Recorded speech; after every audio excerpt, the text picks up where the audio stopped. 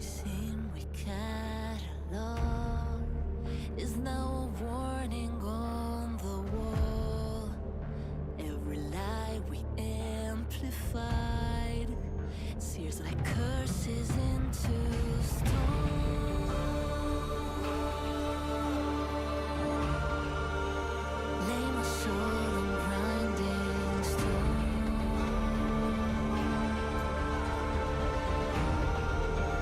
Let the trial claim its toll. This proving ground sounds like call at my gate.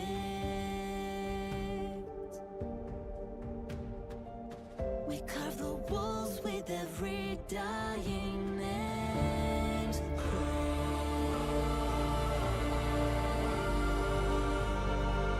no seeds will grow in empty shells.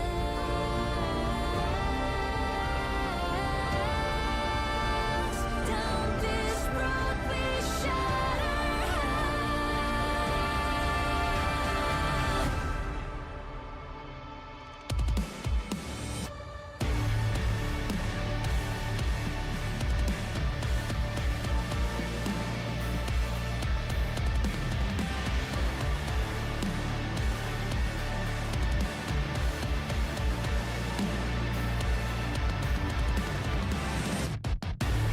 Those marble hands of the past, the broken kings, tangled bound to fall apart.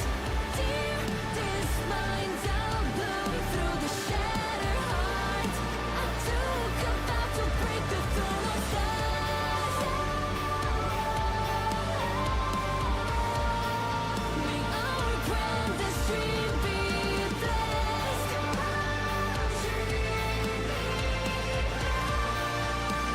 The blooded prophets guillotine.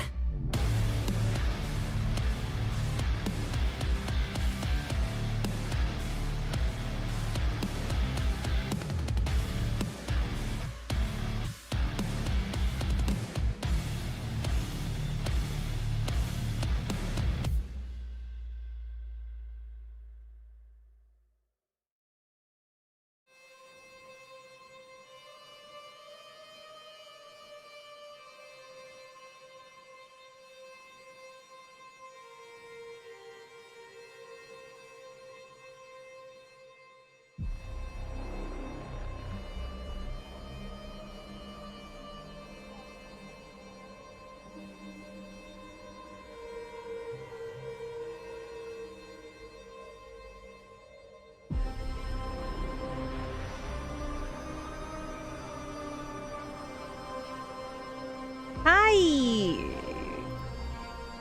Kaweric and Eternal. Welcome. Yeah, strong winds. That's right. But right now, it felt like the wind have died down. Hopefully, that's the last of it, right?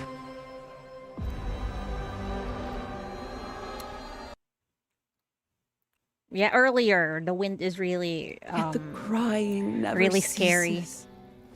But we're good now, When will maybe. these afflicted souls finally find peace? Hopefully it got nerfed. I hope so. I really hope it's really moving away from Metro Manila. Because I'm really scared of typhoons, man. Too traumatized.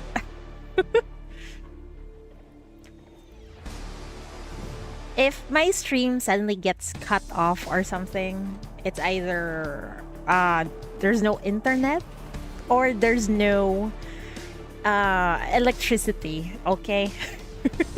Hi Rachel, welcome. Welcome.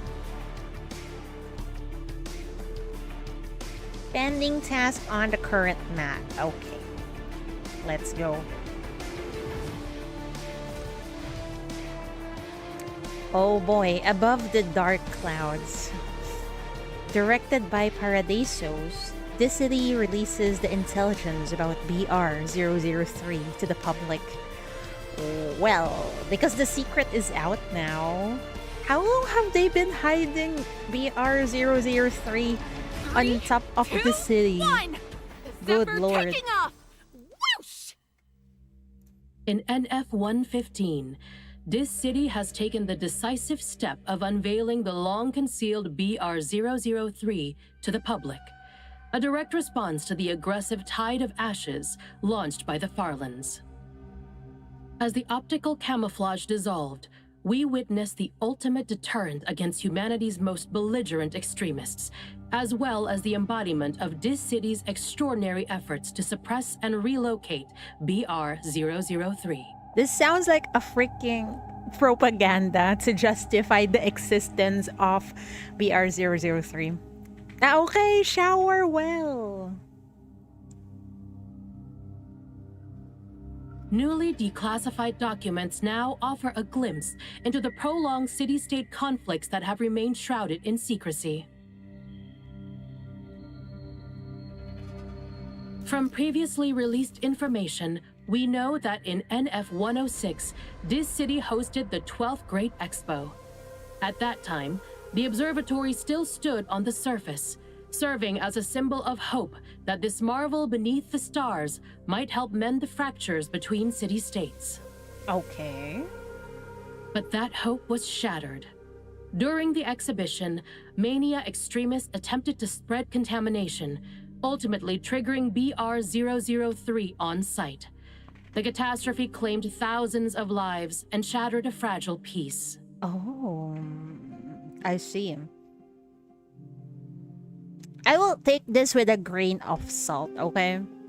Because normally, if a newly declassified info has been released to the public, maybe there is a lot of redacted things. Because not everything can be told to the public, right? Hi, Pyrovian, welcome. Here for the feels later, okay. But I won't be, I don't think I can finish everything today.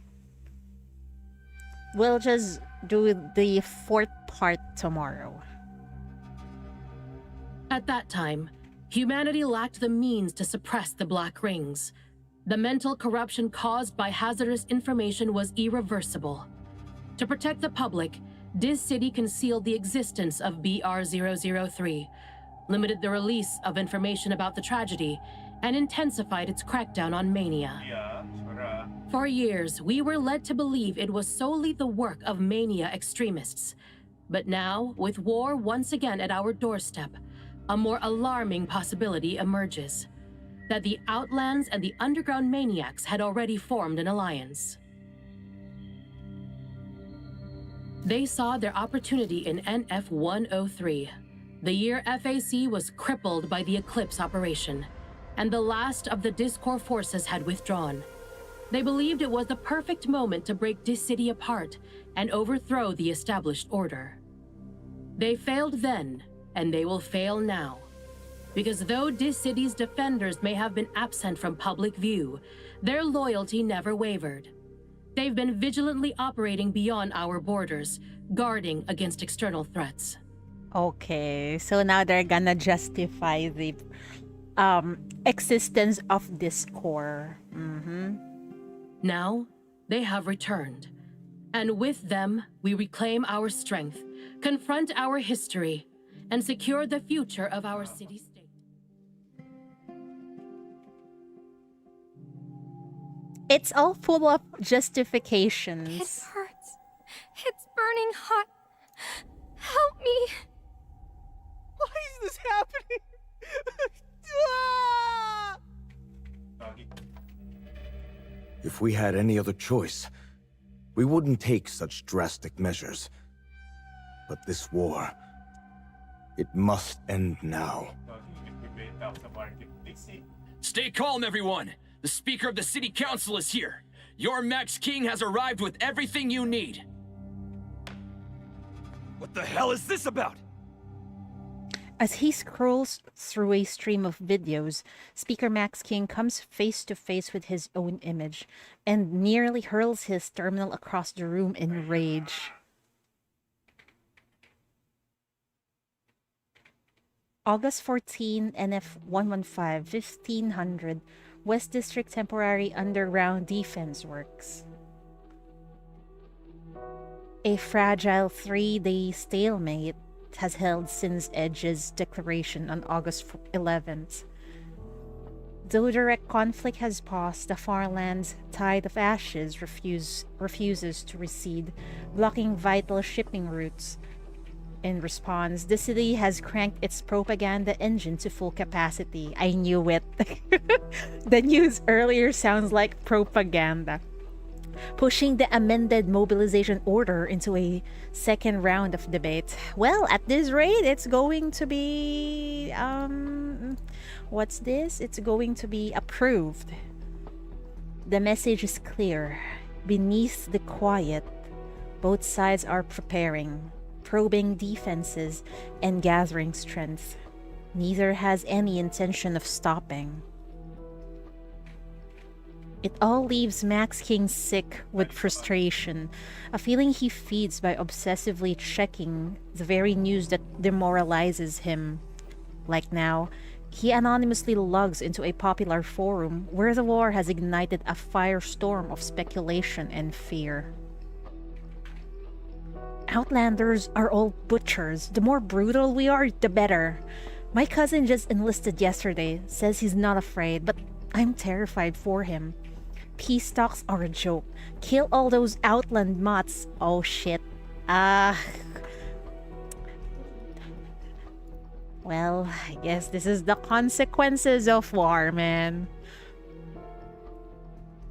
The FAC is just a bunch of losers. All this time and no real progress. And then there's the dead weight West District. The new mobilization order is real. They're literally grabbing people off the streets into trucks right now. If you don't want to die, stay inside. So easy for people to scream for war when it's not their family on the front lines. Exactly! That is so true. And the audacity of saying the West District is a dead weight. Like, dude, there are still people who lives there, okay? Hi, Rainy, welcome. New mobilization order. This feels like forced conscription, isn't it? Well, yeah, well, there is war, there is forced conscriptions, right? All these armchair generals should be the first ones handed a rifle. True. This is crazy, actual madness. Oh my god, the new edge weapon is terrifying. That'll shut people up. But the tide of ashes is still there. So the Outlanders haven't really backed down, right? How long until this ceasefire falls apart? Bet they're back at it by tomorrow. Lol. It's the same story every time. Ceasefire on paper, fighting by morning. That's actually right. That's why, guys, don't dwell on this fucking forums, okay? It's full of rubbish, and it just gives you anxiety. I just wish we had a real leader who could actually win this thing. Max King? What's he done? Can he stop playing clown online and actually do something? How much longer will this go on? My stash is running low. Okay, so one of my relatives does supply runs to Paradisos and gave me some legit tea. That big thing in the sky is a distraction. The real power move is the Discord. Those psychos are coming back. Wait, for real? That sounds like crap. Got any proof? Source. Trust me, bro. This really sounds like conversations online. Oh my. Okay, but low-key they might be onto something. I saw some soldiers in weird old-school uniforms the other day. Apparently not the FACs. Seriously? Spill the beans. Oh, we're back to the dark web. I heard they're the reason White Sands became a bloodbath back in the day. If they are really stepping in, the Outlands are so screwed. See? This is what we need. The old guards know how to get stuff done. I think the form of at this rate, the form of government of the city is going to change. Man, I forgot what was the term. If the military is actually the one who is running the government. Not gonna lie, I would have said the same. Yeah, that's true. Well, it makes sense, not gonna lie.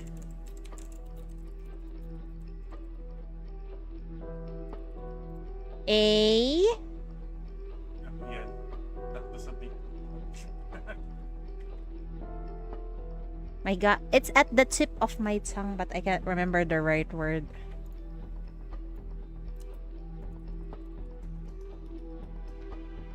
A junta or a military dictatorship. Yeah. At this rate, this city's government will fucking change if they put this core in charge. But hello, remember they were all insane? Aren't we just trading one nightmare for another? This person has a point. You think they care if we live or die? Don't be so naive. In their era, we were just numbers to them. The new general is terrifying. Word is, she executes anyone who steps out of line. Are they talking about Catherine? I don't give a fuck. I'm all for discord. We need an iron fist right now. Yo, I heard Draven didn't kill himself. She iced him? This is a golden opportunity. Why aren't we grabbing it? Are you people crazy? I don't care who's in charge. Just stop using us as cannon fodder. Well, why is everyone so stressed? It's fine. Just be happy. We can still post our nonsense online until your government change and it's you. This forum gets censored. What the fuck, guys? Who knows which one of us is gonna get perma-logged off next? Will it be a catastrophe, a black ring, or discord that gets us? Same diff in the end. That's true. That's why, guys, don't go into fucking forums, man. It's so chaotic. Like I said, it'll just give you anxiety. Reaching his limit, he fumbles for his phone to make the call he's always been cautious about. But someone arrives before he can. Is there something you need, Mr. Speaker? If you need to reach someone, I can handle that for you. Oh. Do you really have to watch my every move? I'm afraid so, sir. These are extraordinary times. I need to stay on top of your schedule. Please don't hesitate to tell me what you need arranged. He's under surveillance. Are they doubting his allegiance, perhaps? Her meaning is perfectly clear to Max King. She is less an assistant and more a warden. Her true purpose to monitor him and preempt any unsanctioned actions. Apparently, his gut response to the last directive has been a mistake, eroding their trust and triggering this increased scrutiny from Edge. It feels like Edge is actually the real people who is governing the city, huh? So it's just they put this people in charge, you know, people like Max King and the other speaker, just to say that they are democratic. Is it his aggression in the council? A slip of the mask when he dealt with Nirvana during the Great Expo? Or is this always his destiny? To be the outsider who finally reached the inner circle, only to find a locked door. Looming over it all is the enigma of Edge itself. Yeah, that Edge has too much Public power. intel on Edge is practically non-existent. They have all this authority and all these secrets, but they also operate under really strict self-imposed code. Their ability to guide humanity is actually very limited. Oh? I heard that the scientists who founded Edge set it up that way, and the original members were all scientists. Didn't make it in time? In time for what? But as years went by, the members changed. The group's makeup got more complex. Where they come from, in what areas, and under what pretext they guide humanity. How members relate to each other. It's all a mystery now. Pipili sa. I missed the start of the stream. It's okay.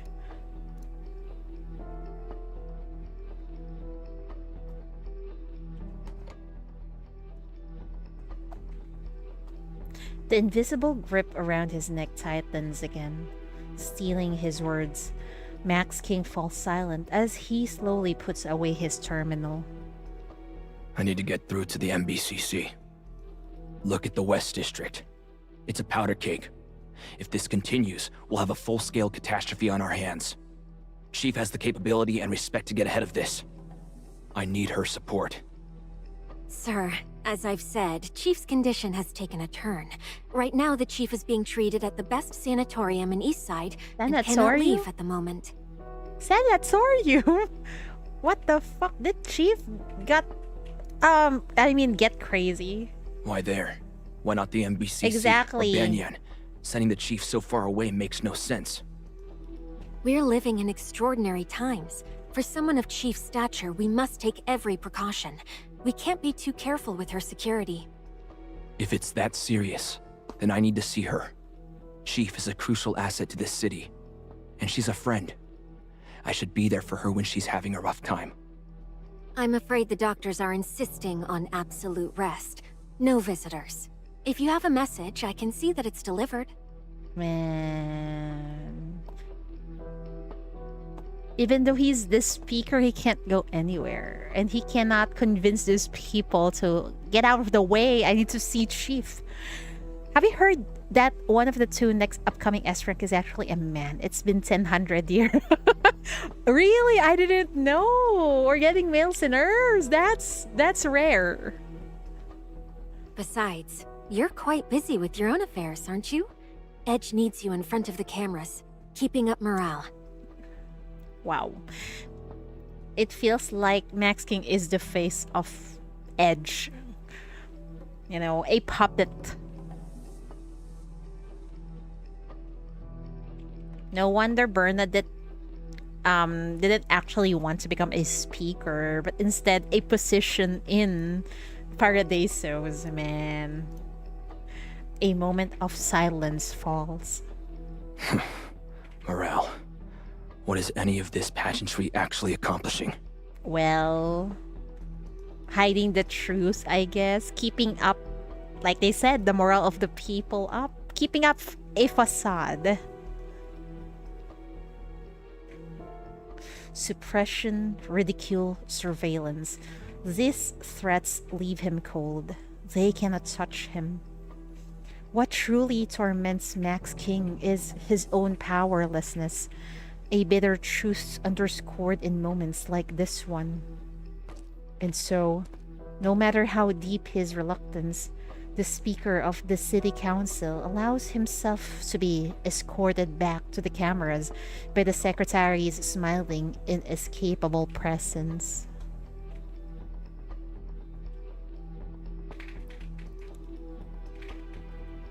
Dalawa dito sa akin. May last study dun. Night falls, the interrogations have ended, and for a brief moment, Selena's cell is left unguarded. But she remains locked in the most severe form of anti-mania restraint.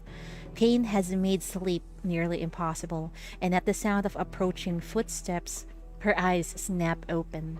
Who's there? This city dogs. You come to kill me? Go ahead! Standing before her is a frail, pale girl, utterly ordinary, with no discernible power or killing intent. She looks harmless. Back in Selena's homeland, someone like her would have been assigned to production duty, far from the front lines. Selena? Wait, Isa pa, 1v, how does Elvira know of her? 1v1 na lang. Her hand shakes, but she still reaches for the control panel and slightly lowers the suppression frequency. I'm not a guard here. Uy, ano? I'm not here to kill you, Tapang but I nito sa can't set you secret. free either. I just thought you shouldn't have gone through all this pain.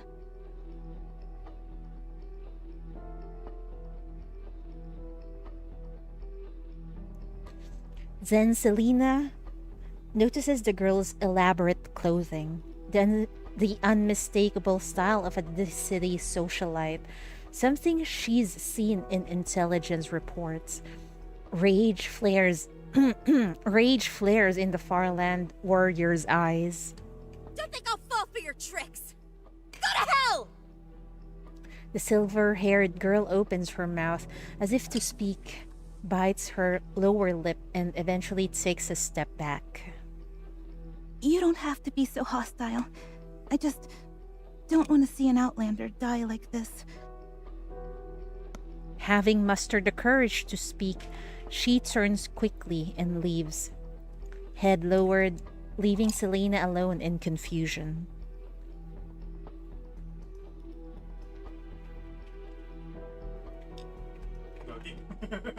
Elvira slips away from the detention area, the special access card hidden in her palm as she steals back into the regular zone. Her heart still hammers against her ribs.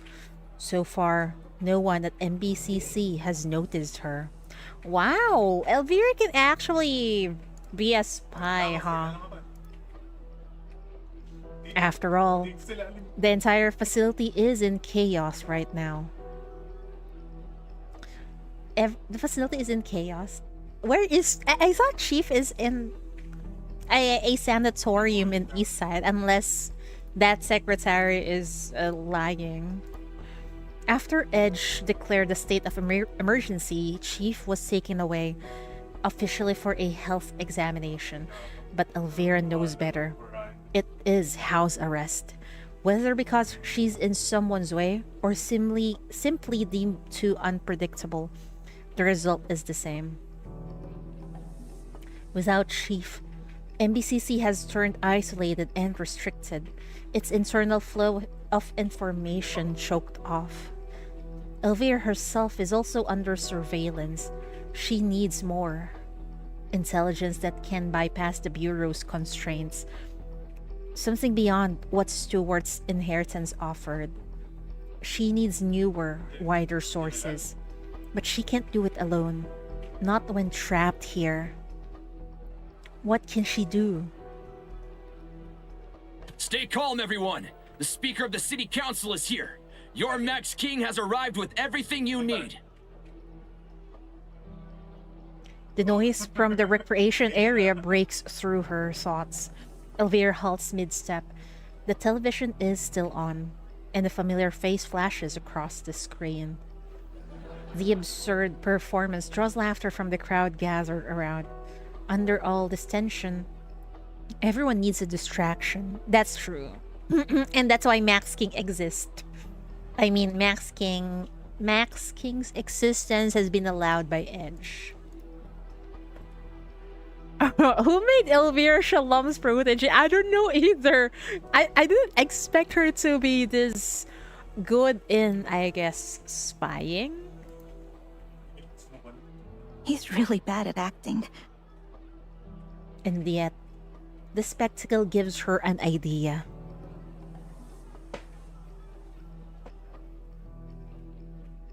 In the MBCC's underground garage, a transport team from the West District delivers a new group of sinners contaminated by the shackles to Nightingale. Shalom is so proud of her. Yeah. A younger protege. That's the last of them. We gotta go. There are still a lot of people back in the West District who need medical attention. Understood. Leave the sinners to MBCC. We're counting on you over there in the West District. With a crisp salute, the staff member turns and hurries back to his companion. Let's hurry. We're short-handed as it is. We gotta get back. Hmm? Who are you? An unfamiliar girl grabs his sleeve. She looks up at him, her expression timid. Is this Elvira? Please let me come with you. I can help. But your hands are shaking. The West District has been ravaged by the Tide of Ashes, or rather, by the war it represents. Elvira reads the thought in his eyes. He can't let a child go there in a time like this. The fear she feels is raw and real, far beyond the reach of her acting. For once, she lets it show. Wow, wow. I'm sorry. I lied. My dad works at the bureau, but my mom, she's stationed in the West District. Medyo malapit. I'm just really worried about her. Nightingale didn't see her earlier. Also, her acting skills is getting better, huh? Can you take me to her? Think isa. Oh boy, she's gonna slip away. Is she going to be fine though?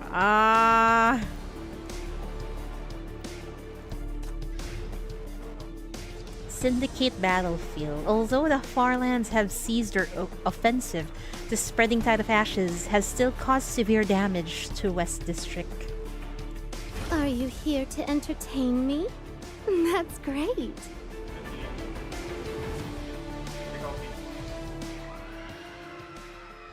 Oh boy.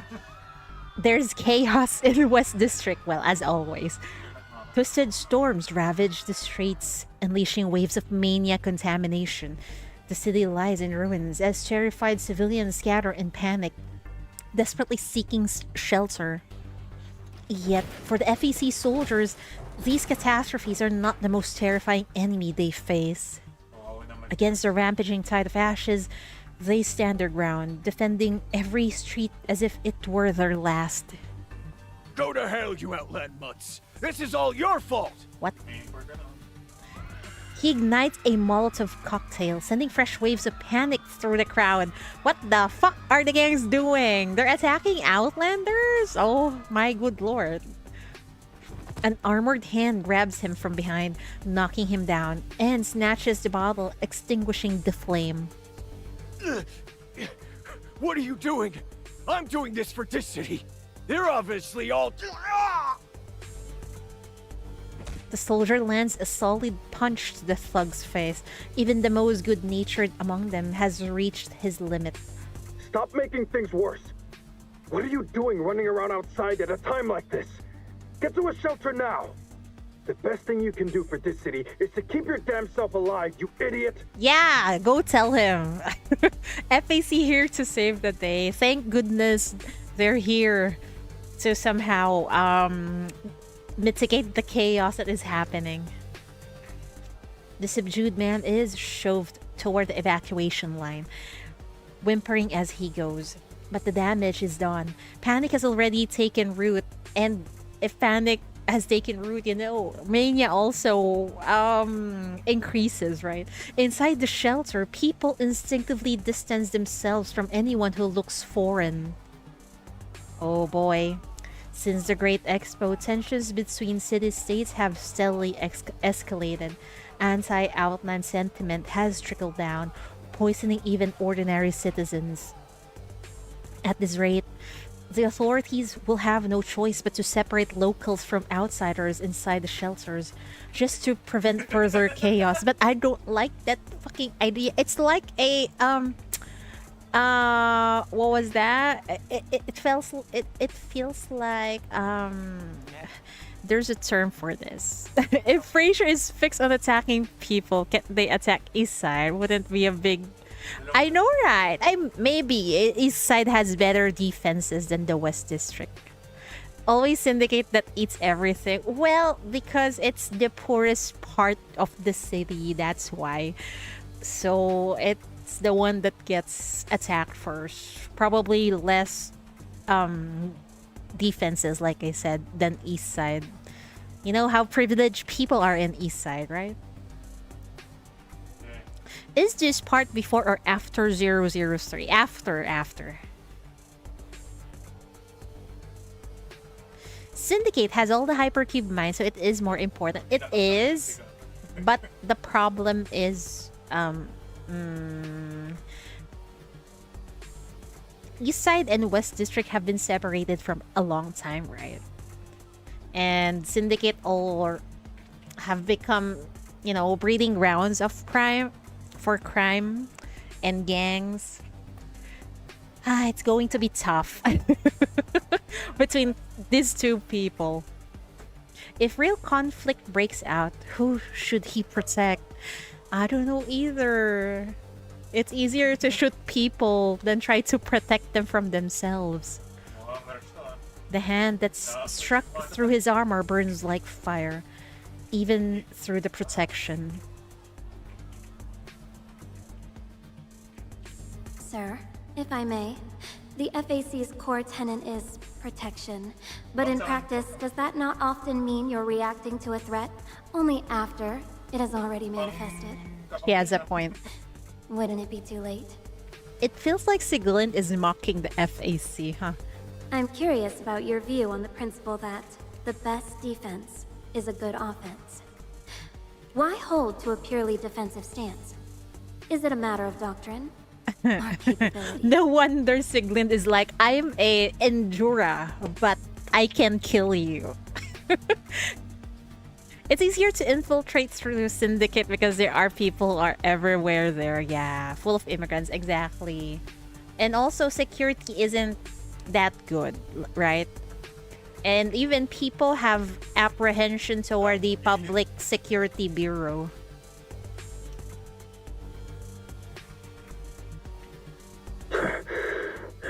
She doesn't have a damn clue.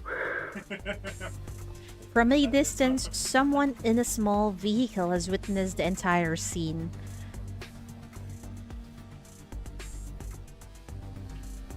I'm sorry, kid. With things as they are, we can't take you to the executive committee to find your mother anymore.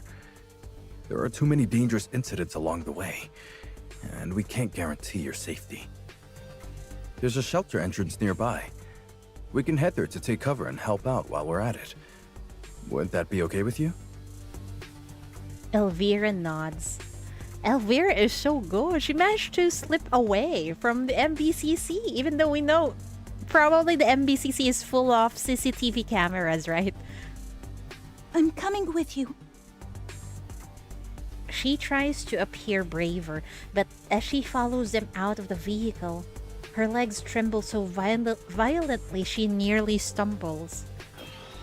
The rumbling engines, the howling sandstorm, the screech of manic entities, the screams and roars of the crowd.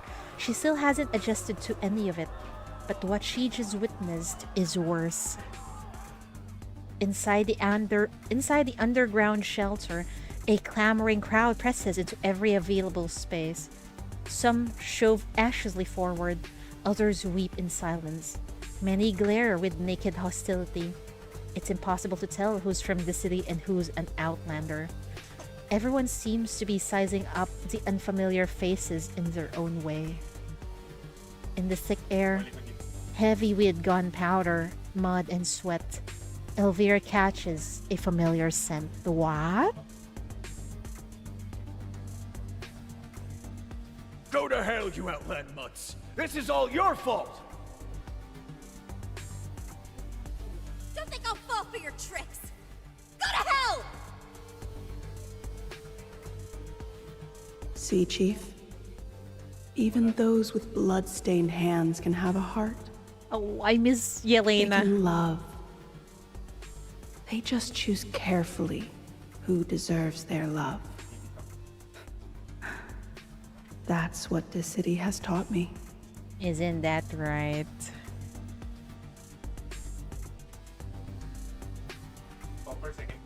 Her head throbs as if splitting open. But she can't stop now. If she does, everything she's worked for will be wasted. Has the talent of being a spy just like her mother. It feels that way. I wonder if Elena actually trained Elvira for this. Where to next? Wait for the clerks to finish and follow them to the executive committee to find Matilda Cavendish? Or explore this area and gather more intelligence? According to this morning's news, Max King is also making a public appearance in a nearby district. If she could meet him again, that might prove useful. Elvira struggles to think as voices flood her ears. Curses, pleas, desperate calls, all blending into a wall of sound. until a single name cuts through the noise, sharp and clear. Wait, kids, don't go! We'll get medicine, but you have to keep yourself safe right now! Sibylla is here! Sable wouldn't want you to put yourselves in danger! Uh-oh. Sable, are they finally going to meet each other? Oh my good lord. I just wasted 1k hypercubes in the mementos. I am tempted to spend hypercubes in the mementos. I'll think about it. We still have time anyway. I hope Yelena and Elvira finally meet again. Hopefully. Rage. As the staff member finishes clearing the safety entrance, he turns to find Elvira standing in a trance, already moving toward a crowd of refugees. Definitely she recognizes Sable. Kid, we're already at... Wait! Where are you going? Sorry, I just remembered I have something to do. Actually, do we know what happened to the real Sable? She dead or alive? From the last we saw of her, she seems dead. But I'm not sure. Another sudden tremor shakes the ground. Half a wall shears away and crashes down, blocking the path between him and Elvira. In the chaos of falling debris, she seizes her chance and vanishes into the sea of people.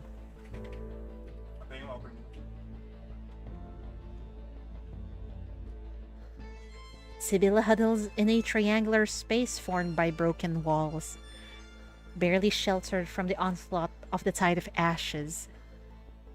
Though she's no stranger to catastrophe, the devastation here in this prosperous, densely packed district far exceeds anything she witnessed in her hometown.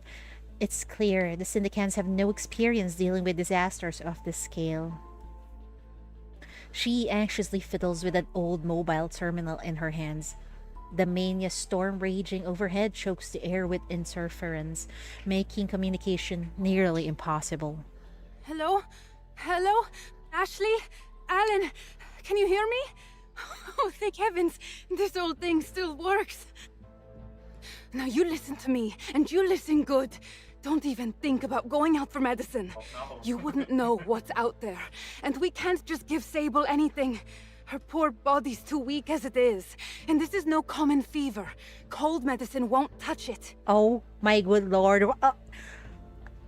Yelena is sick? Once I find Gracelyn, I'll be back right away. I'll be counting on you looking after her, alright? Yeah, just wait for me. I'm on my way now. Wait! Oh boy, oh boy, oh boy. Oh, it's the shackles. Oh, right. I forgot about that. Yeah, it's because of the shackles. That's why. A silver-haired girl emerges from the mouth of the dark alley. She stands poised at the edge of the ruin, dressed in the unmistakable style of East Side's upper levels. Her clothes crafted from soft, lustrous fabric that glimmers with understated wealth. Sibylla gasps. Her terminal clatters to the ground. The girl doesn't seem to notice Sibylla's panic. A light sweat glistens on her skin from her hurried chase, and her eyes shine with urgency as she squeezes into the cramped corner. Don't run away, okay? She's... I overheard you mention someone named Sable. Is she unwell? Does she need cyborg repairs? Oh boy. Maintenance or parts? I could help. She did not use her real name, honey. Oh. Cyborg... what? With a deafening roar, the underground shelter collapses, sending dust billowing everywhere. Reacting on pure instinct, Sibylla seizes Elvira's arm and hurls them both sideways.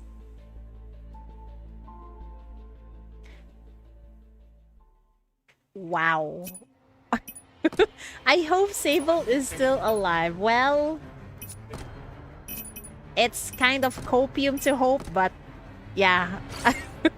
She already exploded, so I'm not sure. As wisteria blooms, behold the splendor.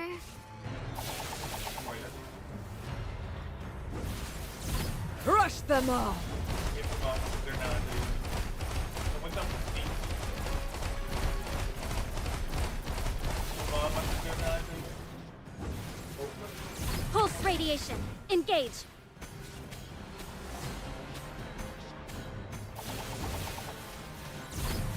This is the guidance of the flames. Who says self-destruction can be survived? Well, The end is nigh. I will allow you to inhale copium. It's fine.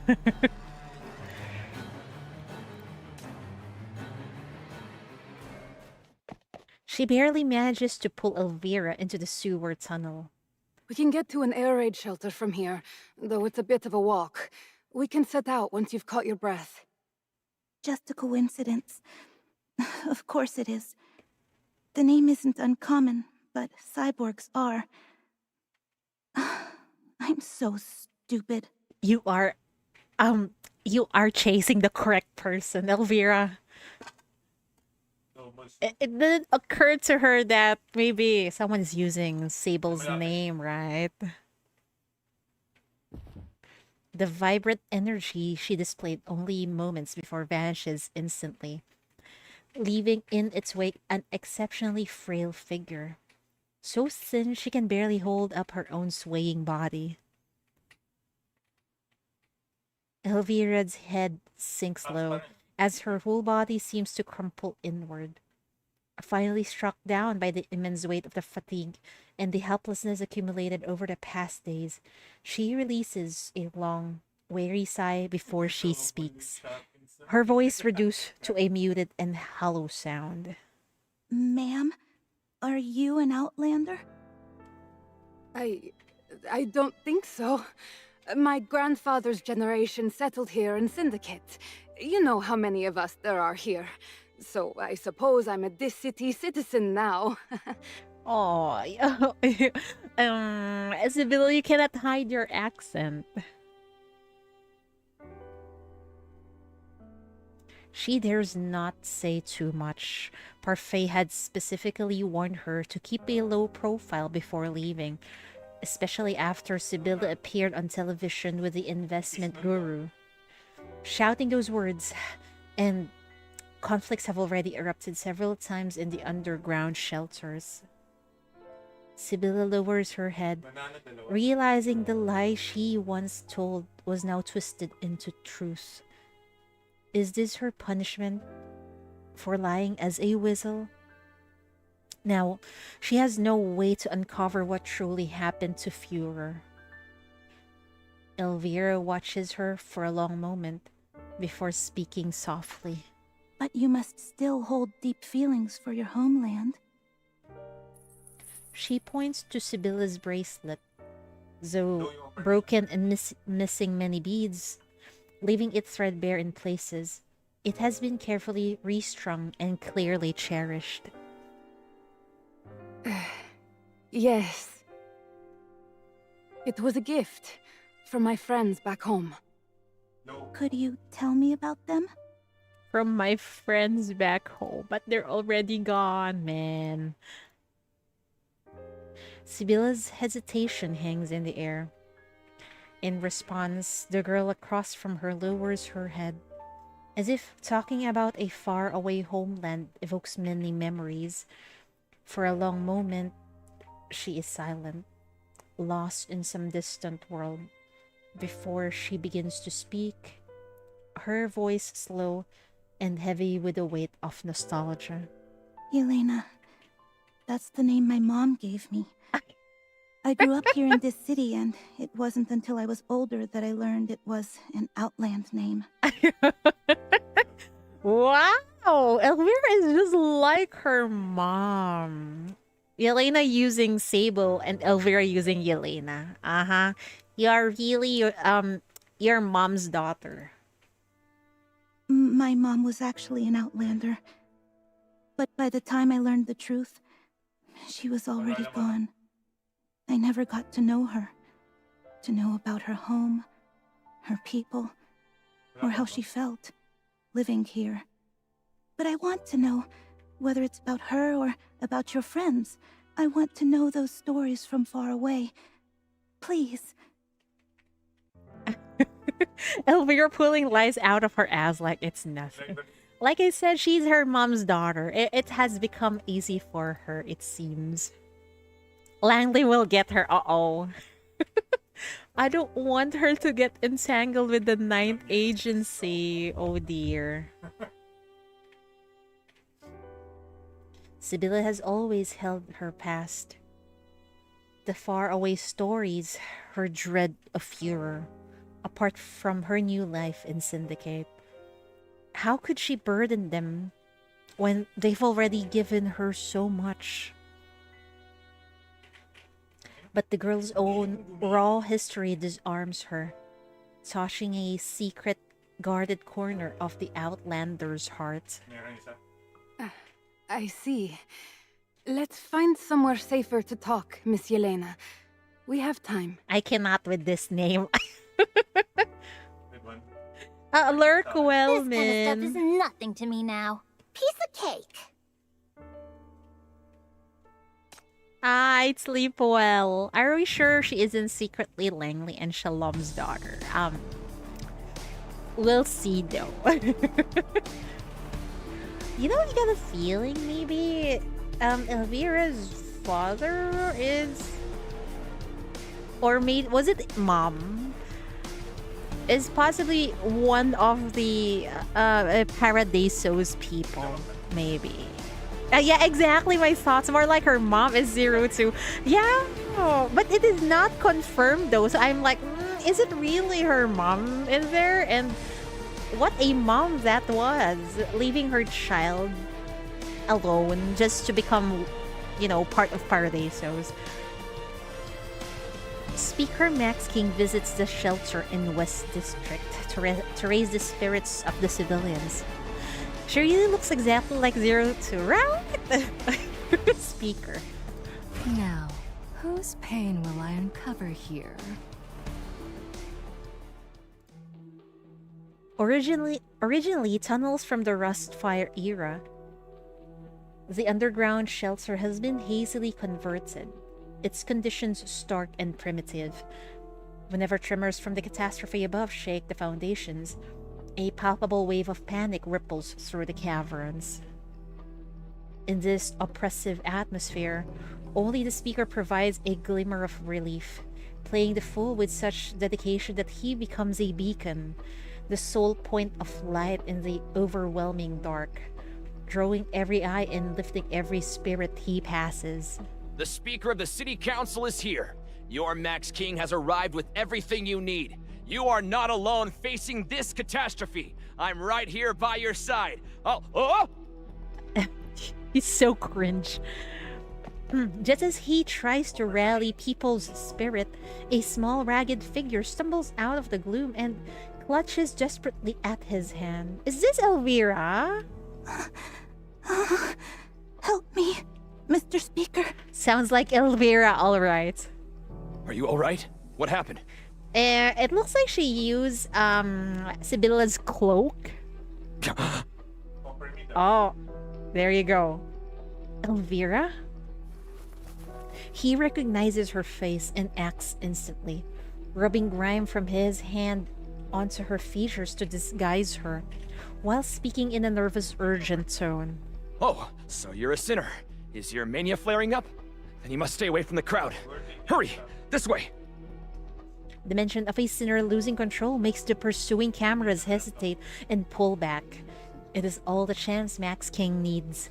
He grabs Elvira's hand and they dash around the corner, disappearing into the long corridor.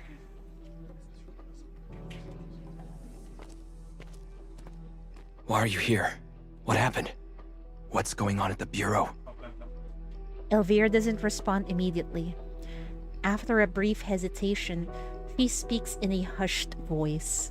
Take me back to the Bureau first. I have something to do. I also have some intelligence. I'll find a way to pass it to you later. I see. I'll figure something out. You just need to blend in with the group of abnormal sinners. They'll take you there. A mere few days apart, and yet the girl's eyes hold a different light. the once timid, illegitimate daughter who once clung to the bureau and her close friends for safety, now throws herself into the front line. She has clearly found a purpose, and with it, a newfound strength. She grew up too fast, man. Watching her, Max King can't help but feel a tinge of envy. The crowd swarms around them, making any meaningful words impossible. It isn't until the moment of parting that the question occurs to him. How did you know to find me here? You're on TV, aren't you? Lots of syndicants have been watching. Some like you, some don't. But when they're all trapped in the shelter, everyone is wondering where Speaker King has gone. But you should be more careful. You're on TV so much. Anyone looking for you could easily find you. It's not safe. Watch your back, or you might get Yeah, killed. exactly my thoughts. It feels like Max King is close to being assassinated anytime soon. Max King freezes for a moment. Many people have been watching. Anyone looking for me could easily find me. His gaze sweeps over the crowd. Faces marked by curiosity, excitement, disgust, and mockery. The reaction is unanimous. Max King commands attention wherever he goes. And in this moment of stark recognition, a vague idea begins to take root. Your Max King is here!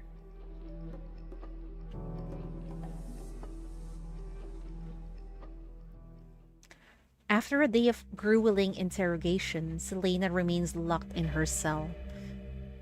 As the brief guard-free window approaches, she hears footsteps and immediately recognizes them. It's that strange brat. Also, I'm surprised. Elvira managed to get in and out of the MBCC unnoticed. Selena thought the little nuisance would have cleared out by now, yet the girl shows up again. The footsteps stop at the control console. After a few seconds of tinkering, Selena feels the restraining field around her weaken.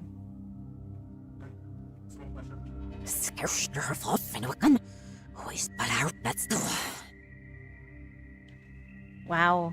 It's Outland language that we cannot understand.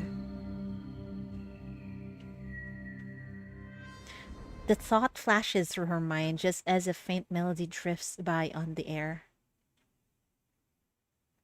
Does the city have tunes like this? Oh!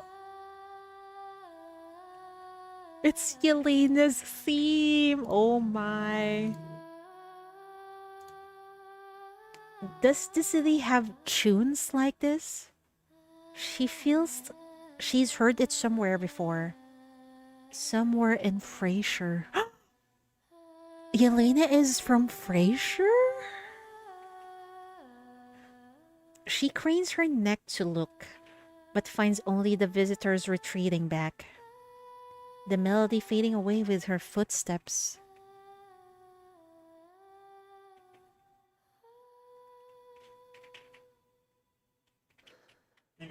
Man, it really reminds me of that emotional scene with Yelena, crying in the rain.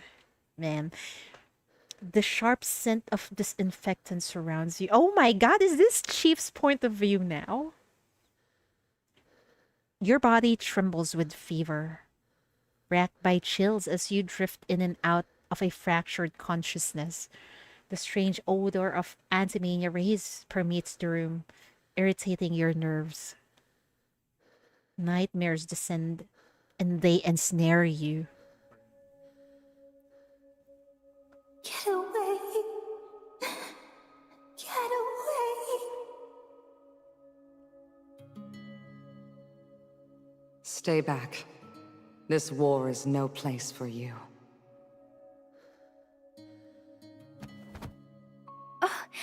Chief?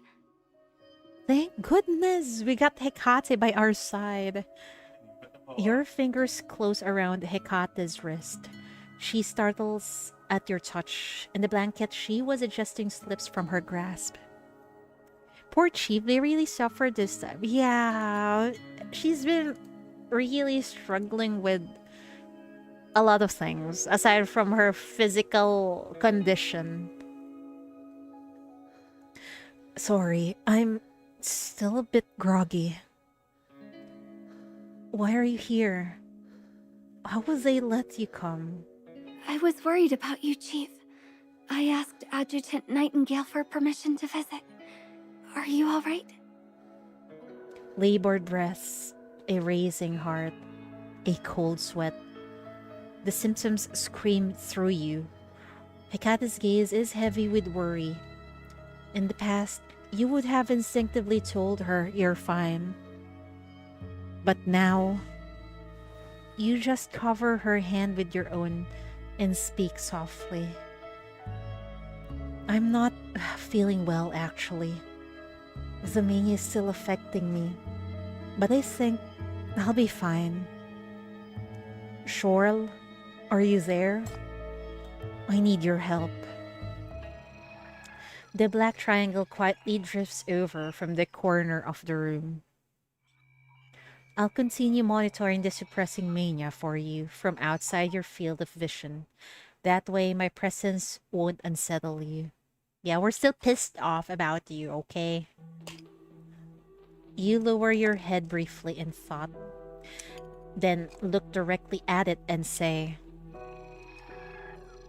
"That was my bad. I shouldn't have taken my frustration out on you." Oh?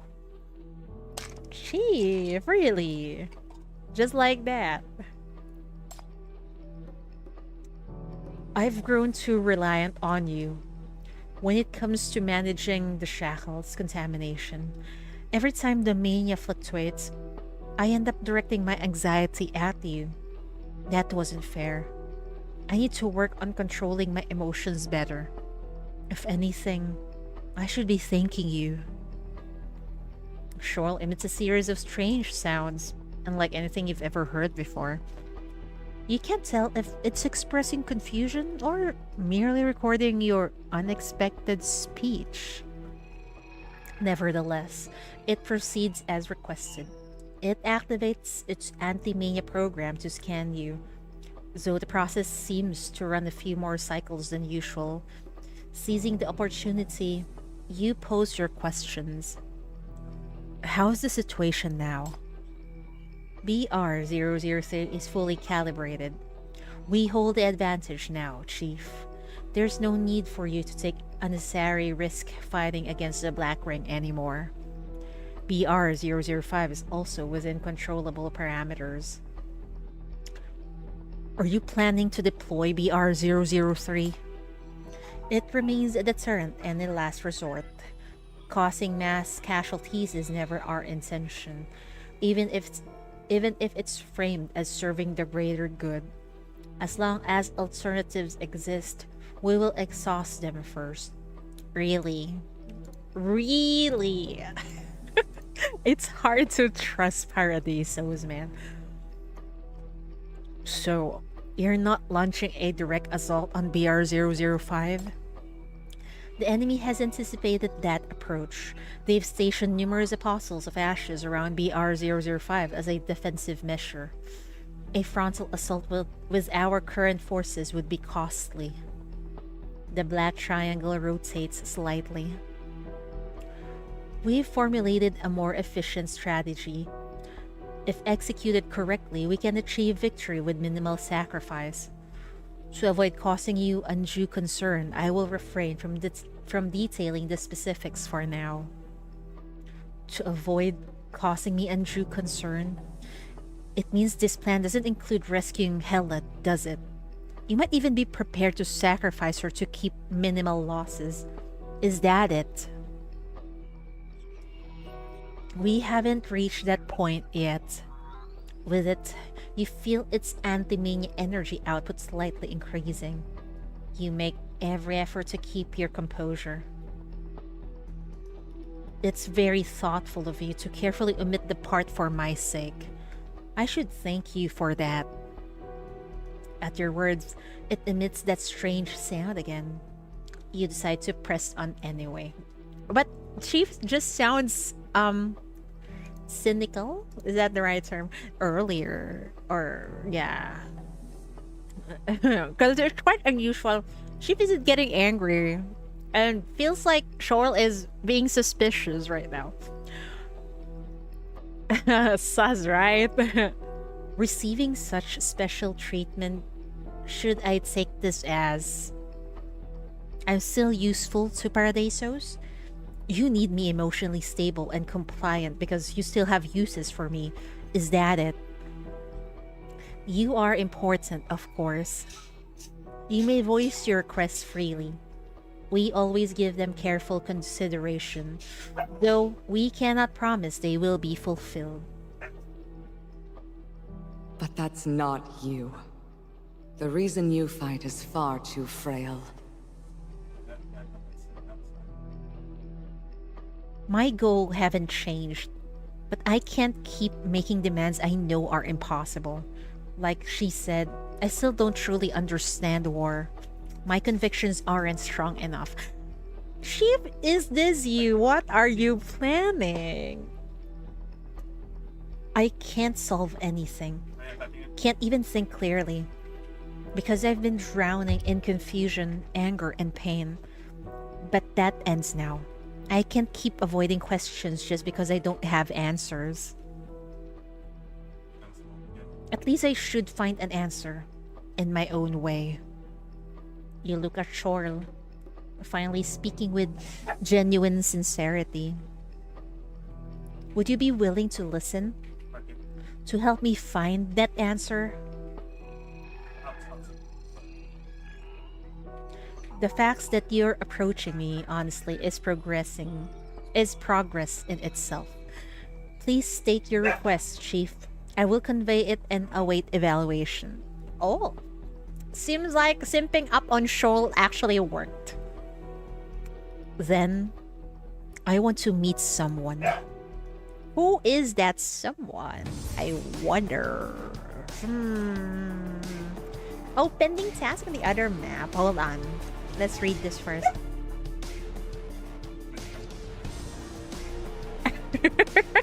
Post nearly murder clarity. I guess so.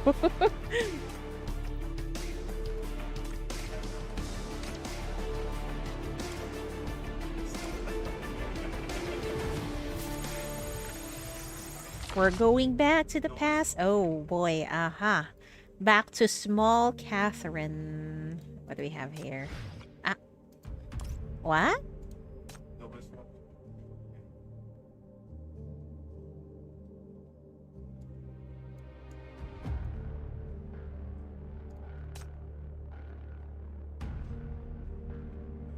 They got a reset after trying to kill Selena. I guess so. Chief is definitely cooking something, though. Despite their reform, War 1, the city Independence Army continues to lose ground against the Metropole Alliance, which has completely abandoned all moral restraints. Uh-oh. Don't worry, I've got you covered. What is this? It's gibberish. Got the encrypted text. The keys, Catherine. No surprise there. Still using that same simple cipher. She first picked it up back in Nirvana Port. When we sent her there, all she did was whine and complain about wanting to come back. Took Helena chewing her out a few good times to finally shut her up. It felt like Helena actually became a mom to Catherine. Those at Nirvana Port were totally sick of her, so she started sending these coded messages in her letters, sometimes a dozen at a time, and the content was still just her moaning about wanting to come home. No clue how she got this intel on an ambush from all the way at the camp, but if it's legit, then our planned evacuation route is blown. Gonna have Adrian take a squad and scout the suspected ambush site first. Make some noise on purpose, see if we can lure them out. If there's no ambush, fall back to the ruins of Nirvana. If there is an ambush, push further west. Meanwhile, the main forces will bypass Nirvana Port completely and evacuate using the northeastern route. Well, Catherine is helping in her own way. Oh no, what now? Independent Army camp. General, we lack the heavy firepower to match them in a direct confrontation. Split up forces. We have no choice. There's only one choice.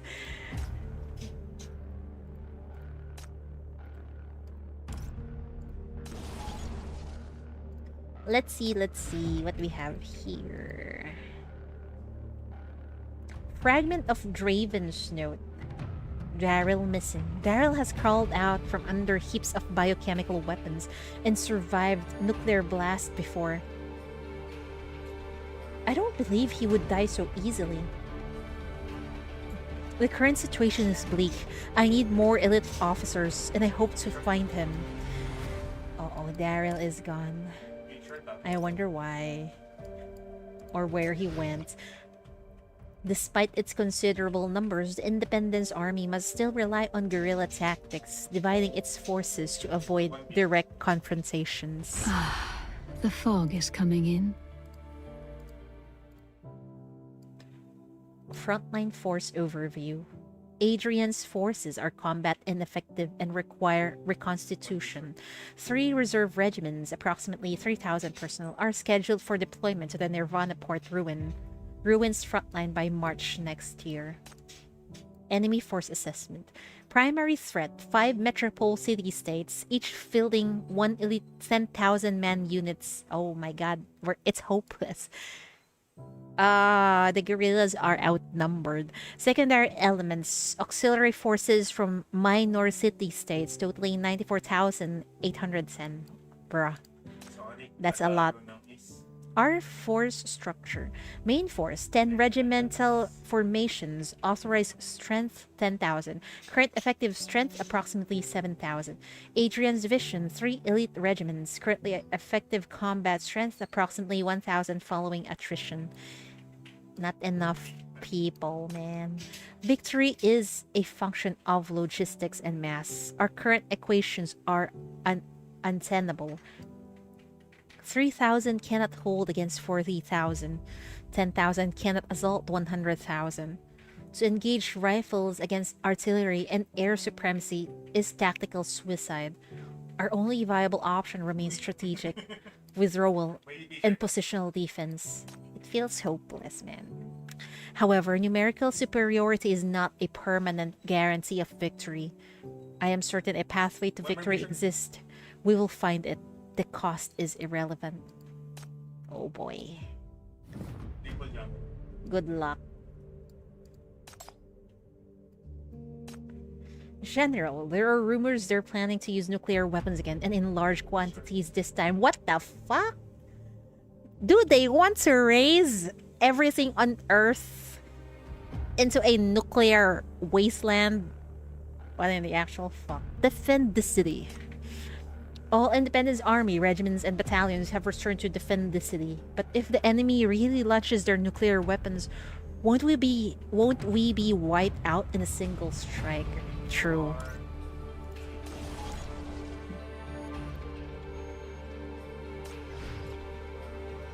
How do you stop a nuclear attack? And there's going to be a lot of it. Fragment of Draven's notes. Metropole Alliance. The Metropole Alliance remains formidable. Not just their nuclear weapons, but their standard armaments and sheer numbers are all worthy of the Independence Army's fear. It's a tough war. Everyone is struggling. But sometimes I can't help but think, if the guerrillas would withstand them back then, why can't the Independence Army? True. There is hope, maybe. I wonder how. I'd like to say Catherine, but at this point in time, I don't think her powers is enough to, you know, control all those nuclear weapons. Because she's still young in this timeline, right? What was she, 11 years old? Under pressure from the Metropole Alliance, the long-dispersed Independence Army finally reunites its main forces. But... Where? Corruptors! Monsters! Don't try to escape! Recent battlefield situation. Enemy offensive continues for the 8th consecutive day. Firepower intensity is escalating. Defense line pressure concentrated on northeast to southwest axis. Adrian's unit has executed multiple forward engagements to delay defensive collapse. All interception missions completed successfully despite critical ammunition shortages. They're actually quite good with their tactics, huh? Despite so many disadvantages. Frontline units sustaining average casualty rates exceeding 30%. Several companies degraded to below 25% combat effectiveness. Morale is being compromised by the surrender faction propaganda and rumors. Nuclear strikes concerns are prevalent among officer corps. Command HQ order. The front line will hold, regardless of the cost. The rear will crush dissent and reinforce our core principles. No retreat, no surrender. The line holds until victory is achieved. The enemy throws everything at the Nirvana line. Adrian stands in the breach, leading from the front as the chief commander. We'll be drowning in our own blood without him. Brock's last gift to his army may well be that man. Yet every report of his effectiveness tightens the knot in my gut. The front consumes good officers faster than reinforcements, man. Even though they are good, talented soldiers, but with such big disadvantages, it's inevitable that a lot will perish, right? That Adrian name kind of important. Exactly. We haven't even saw this Adrian dude. We only talked about him several times. The whispers continue. Spies, deserters, cowards, men who've never held a line question the one holding theirs. They fear another nuke will fall after the tide clears. But I will not accept defeat. Whatever it takes, whatever remains, victory will be mine. And the key is... Why do you have to cut it off? As enemy forces closes in, Draven attended to his duties. Amid the chaos, all those in panic instinctively turned to him, desperate to draw strength from their commander. And that stubborn resilience of his did not waver. His face remained cold, betraying no emotion as he worked with methodical precision, issuing orders, coordinating logistics, processing intelligence. General! Catherine Andohar's gone. We can't find her anywhere. You don't think she's defected, sir? With everything she knows? And now, of all times... If I remember correctly, Draven and Catherine are not in good terms, right? I wonder if it's still the same now. Damn it! After the trust we placed in her, after the resources we wasted protecting her, I knew it. Anyone from the Metropoles can't be. After pondering in silence for a moment, Draven set down his pen. I know where she is. Oh? Draven was just being a little tsundere. I guess so. But really, pointing a gun to a child? Isn't that too much?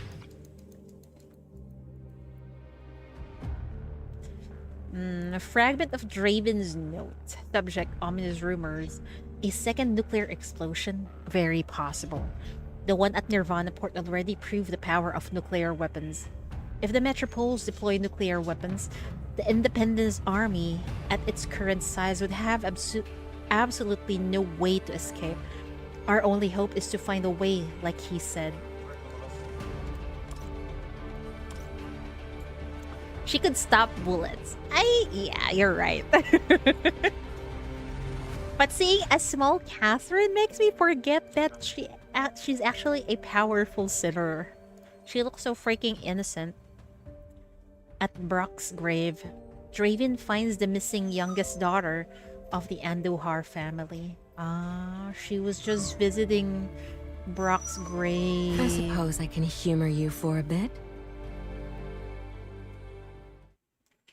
At Brock's grave, Draven found the missing youngest daughter of the Andohar family.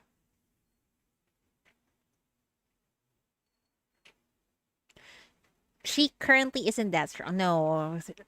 When she was younger, no, she isn't strong at all.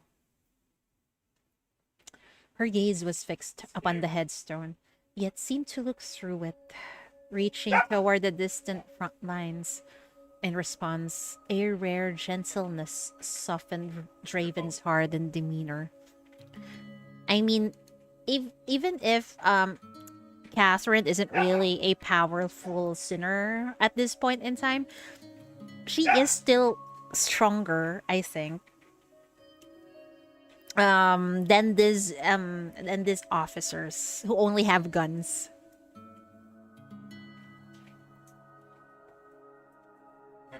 The Andahar family. Your father sent emissaries. Very generous terms.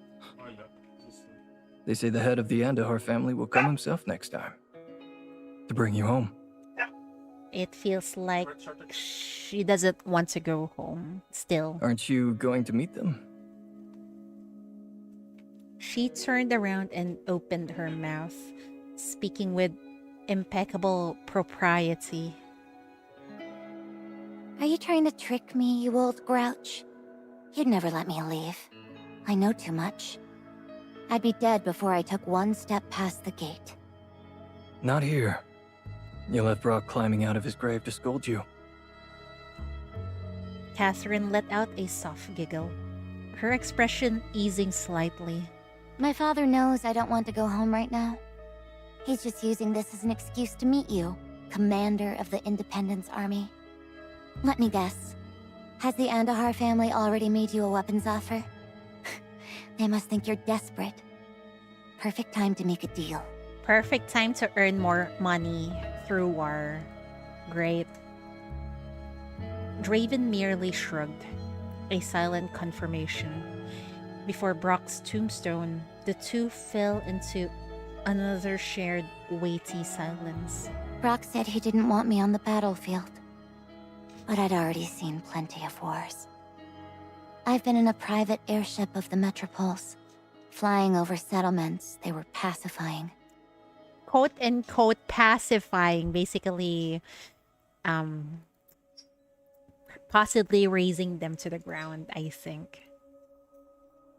I watched from the VIP cabin as bombs fell like hail. See?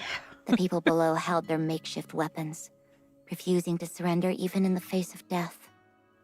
Though the weapons on both sides came from my family, so we always knew how it would end. The budget difference, the tech gap, the training quality. The strong and the weak are objective, irreversible facts. The Metropoles know it.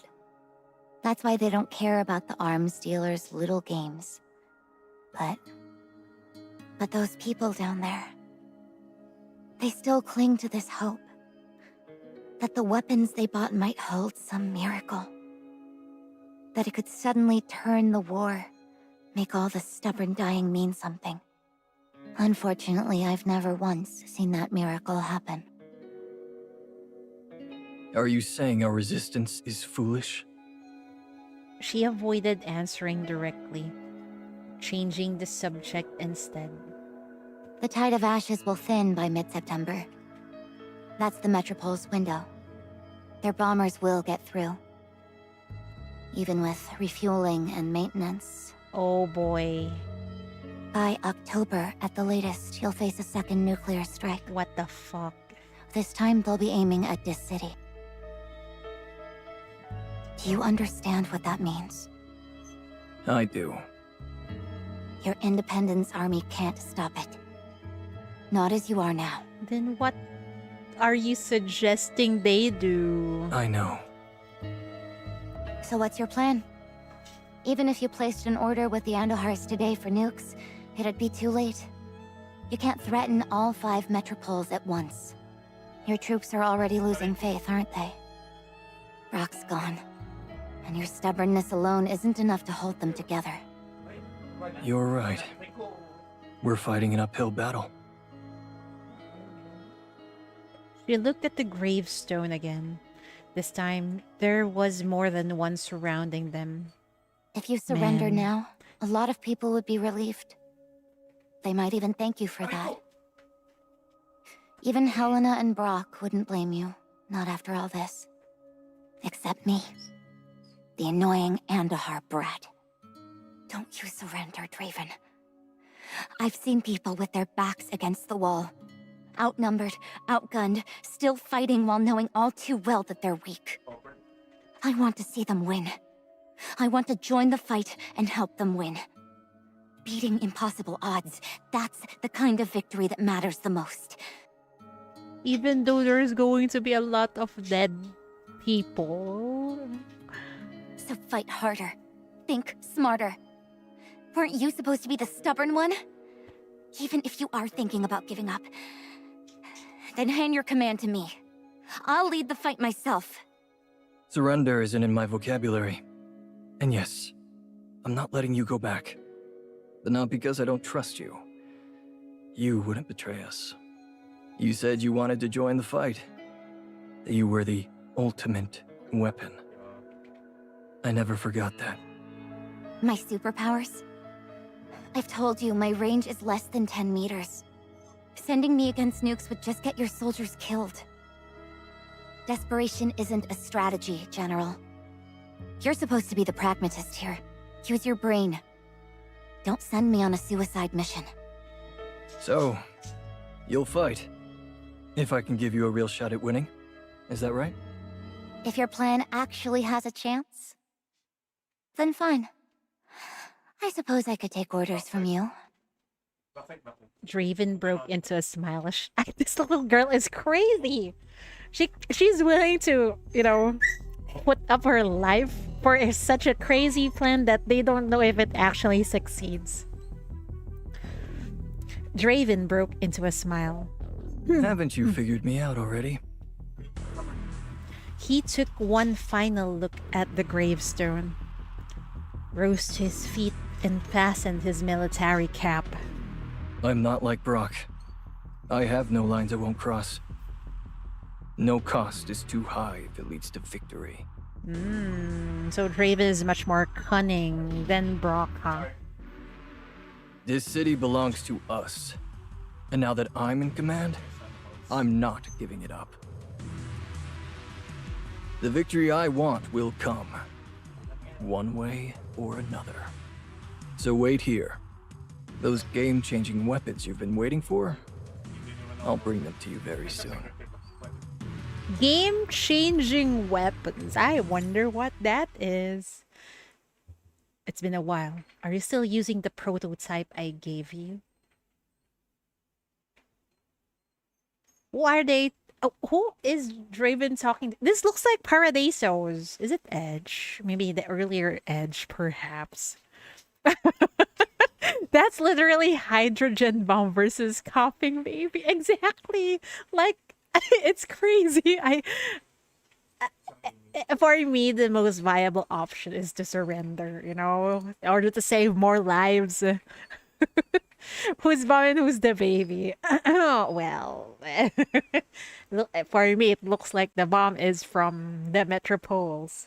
And we got a big baby with Catherine. Brock told me it works well, but it doesn't last long. There are other organizations in this world conducting similar experiments, but that power they're dealing with is extremely dangerous. I think they're talking about Mania. They're carving out spaces beneath the ancient and modern battlefields, using some kind of substance to create abnormal weapons.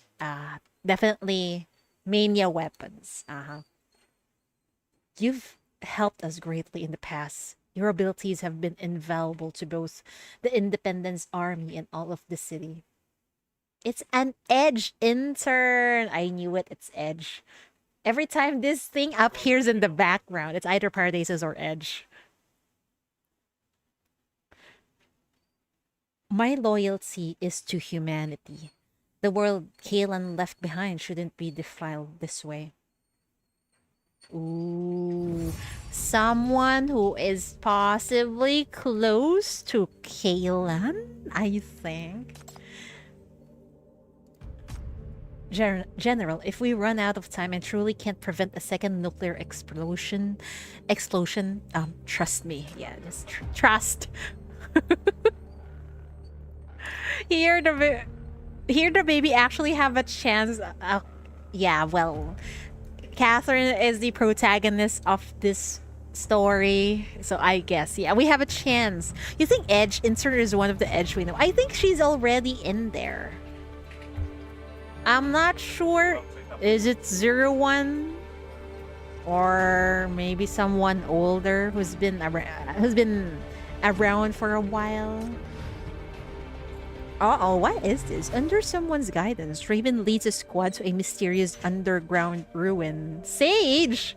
What? Where are we heading with this? Oh my good lord. Hold on, folks. Let me just go switch up my doggo. I'll be right back real quick.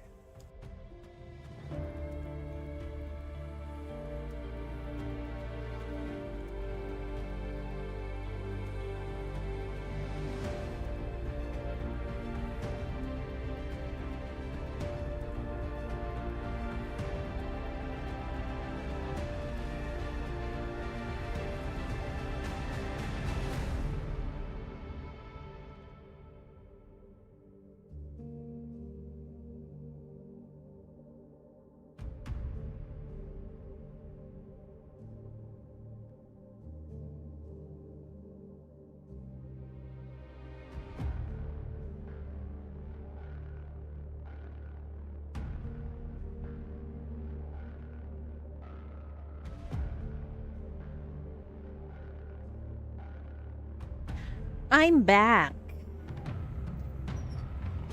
And why does it feel like this core is... Are they having a deal with underground? What the fuck is happening here? Under someone's guidance, Raven leads a squad to a mysterious underground ruin. And also, why is this time? why is this part named Sage? I wonder. September 20, NF66, Major Draven led an elite squad into the White Sands, aided by a mysterious exploration device provided by the researcher. Oh, the intern. The target area was near a metropole city-state and battlefield ruins from the old era. They repeatedly encountered enemy reconnaissance units. October 2, 5:33, they finally reached the target location. The full-strength squad had been reduced to 22 personnel. Uh-oh. Target identified as an underground cavern, entrance obscured by sandstone and structural ruins. Upon entry, squad encountered numerous mechanical traps and engaged anomalous entities. Sustained 5 additional casualties. They're all dying. Environmental sensors detected abnormal humidity and magnetic field fluctuations, indicating a powerful anomalous source. October 2, NF66, 1611, the squad reached the end of the secret passage. Confirmed presence of an undocumented subterranean relic site. Structure is intact.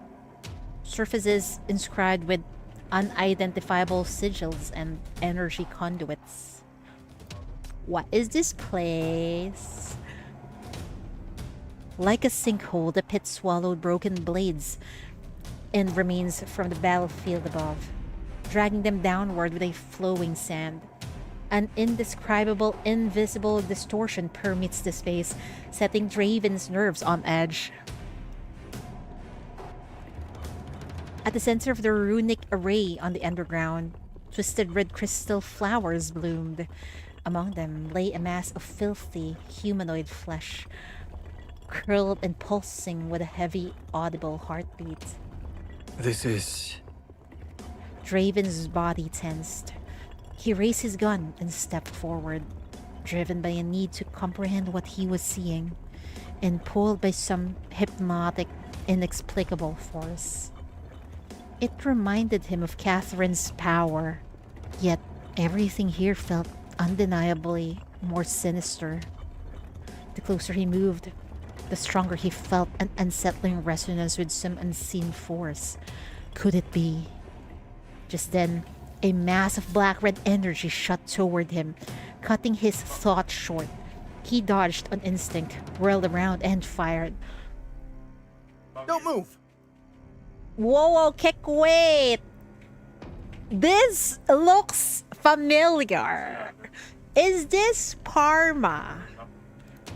Also, why the fuck is Parma's voice like that? He sounds young.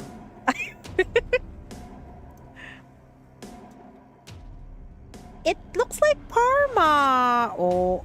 From the shadows, a long-handled umbrella pointed at Draven. Its tip writhing with black smoke, likely the source of the earlier attack. It's baby Parma. Oh, a younger Parma. I miss the sexy-sounding Parma. Further back stood a figure clad in black, the umbrella's wielder. A bullet wound bled freely on his shoulder, yet he seemed utterly oblivious to the injury. Though a half-mask hid his eyes, his extreme tension was palpable force in the air. You're an officer from the surface? Okay, the cadence of his voice sounds the same, although he sounds younger. What are you doing here? Who sent you? Who told you about this place? Step back! Don't touch him! The ritual isn't finished! It cannot be interrupted! The ritual? What are they cooking in here? Refusing to retreat, Raven held his aim on Parma, his eyes flicking to the pulsing mass on the ground. Then he remembered a warning from that scientist. Those were weapons synthesized by catalyzing raw human emotion, a vortex that continuously extracted and refined suffering into a physical form. Oh, yeah, mania weapons. What do they call it? I forgot what they called it. Anyway, so this is the time where they stole that weapon, huh? Oh, Parma in underground trial period. Probably he's also an intern back then, back in the day. Parasites. Just like vultures picking over a battlefield. Whoever you are, that power you're stealing, it's harvested from my soldiers, isn't it? Uh-huh. This power, I should be the one deciding how it's used. Damn, Draven's so badass. You fool. Come forth! Beneath the peculiar umbrella, a foul black liquid spread continuously, dripping to the ground where puppet-like figures emerged one after another from the viscous pool. A barrage of gunfire erupted underground like strings of firecrackers. Several team members, previously scattered throughout the space, converged toward the sound, swiftly forming a protective perimeter around Draven. Major, did you find it? Yes. It seems worth bringing back for research. Their exchange only deepened the umbrella wielder's seething hatred. You think those surface weapons of yours can defeat us? You're insulting us by even trying! Well, dude, you're already struggling. No. You should feel honored. The soldiers you're facing are my elite commandos. Wasting them on gutter maggots like you is beneath their purpose. I'm liking Draven. So take pride in that. Then die. Damn, he's so freaking cool.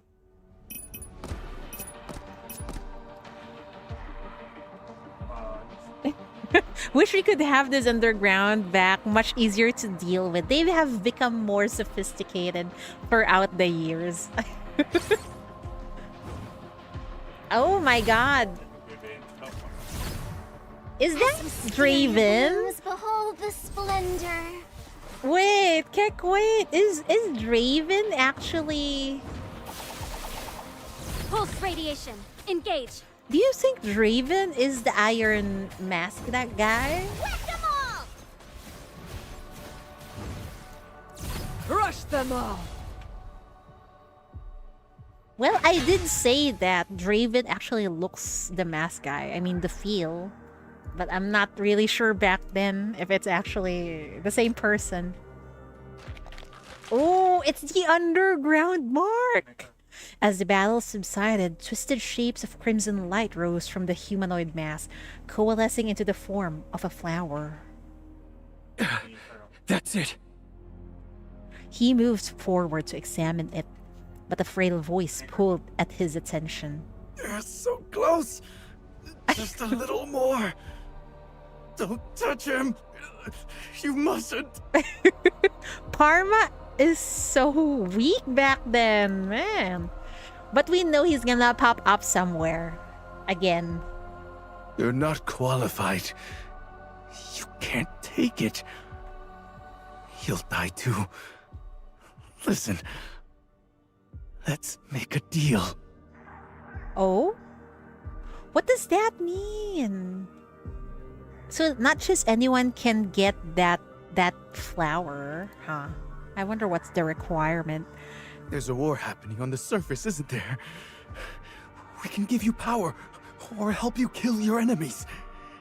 Anything you want. Just don't interrupt the ritual. I'll do anything. The sage must be born. We've come this far.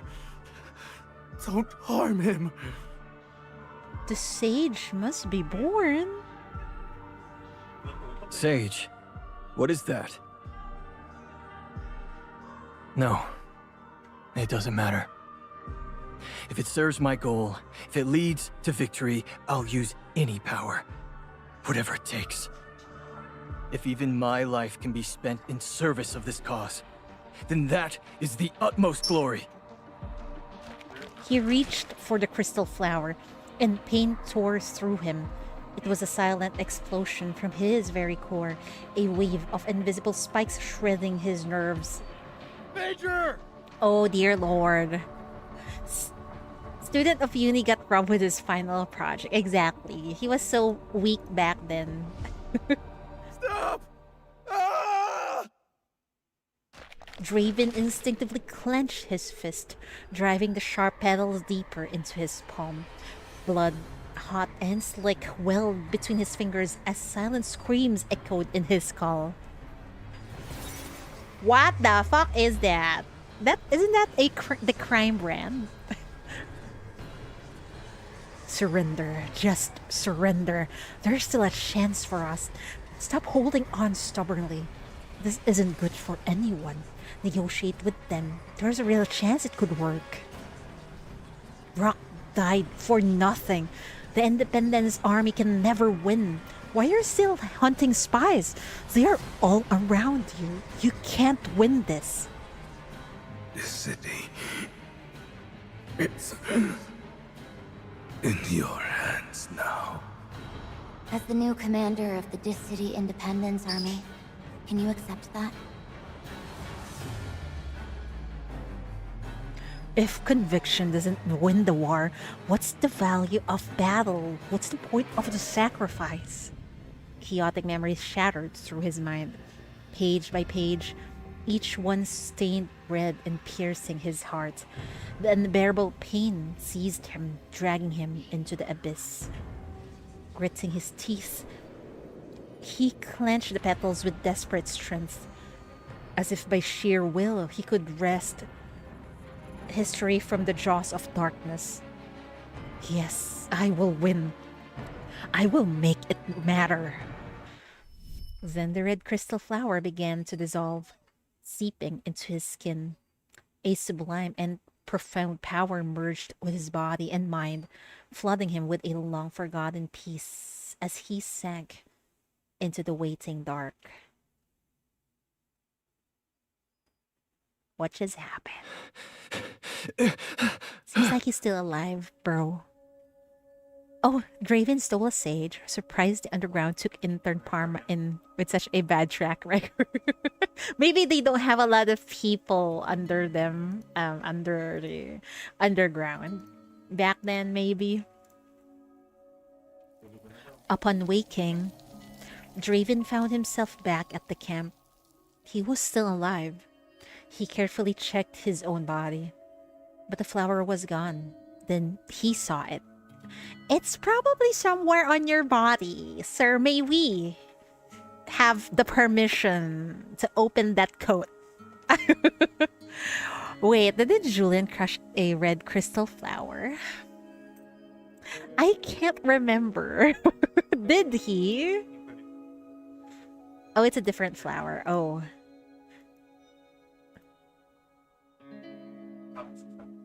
Eh? Venom! Eh?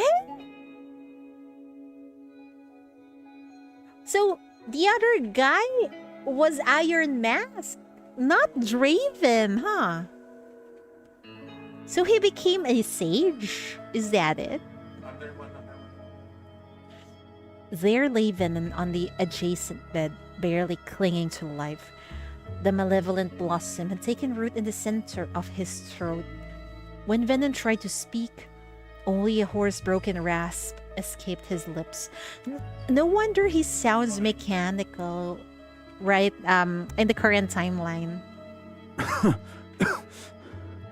I was a spy planted by the Dis City military. My mission was to monitor you and Brock. Find anything we could use against you. I intercepted your communications with Edge, too.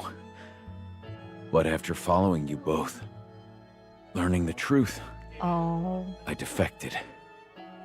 This is a spy surrender. Will you accept it? You fool. Then you should have known this would kill you. I know I'm the fourth carrier. If I die, another will take my place. It is an extraordinary power. What the fuck? It can be passed down? So the current Iron Mask isn't Venom, I think? Yeah, that's what I think also. Today's Iron Mask, I don't think today's Iron Mask is Venom. Yeah, because they said it's being passed down. So, yeah, it is not Venom. With the help of the Edge intern, they expended tremendous effort to identify another suitable host and transfer the flower from the dying Draven. What the fuck? So it's with Draven, and then Following your orders, now it's on we him. secured it. A weapon that can turn the tide. Venom, don't die, you're so hot. I agree. Probably because they aren't real sages. Their body crumble when they use that power. It seems like it. Probably they lack the, should I say, body, or maybe some sort of power from the underground, perhaps. A violent, racking cough seized Venom, tearing from his chest and leaving him gasping for long, desperate moments before he could reclaim his breath. Martin, Tom, Joe, we all knew the risks. It's just one life. Dying on the battlefield or here, it's all the same. That's what it means to be a Dis City soldier. We're marching into the worst kind of war. The kind fought in human weakness, madness, and ignorance. One misstep, one moment of doubt, could be catastrophic. So we cut away any weakness. Follow orders, no hesitation, no second guesses. We advance, unwaveringly. These people are the perfect soldiers. They follow any command, and even though they know they will die eventually, as long as their goal is realized, they're willing to, you know, they're willing to risk their life for it. Because we believe in you. We trust you lead us right. Back then, you told Brock he had to survive, no matter what. Now, I want you to remember those words. Man. We're the Dis City Independence Army now. We need you. You are not allowed to die. Such heavy burden.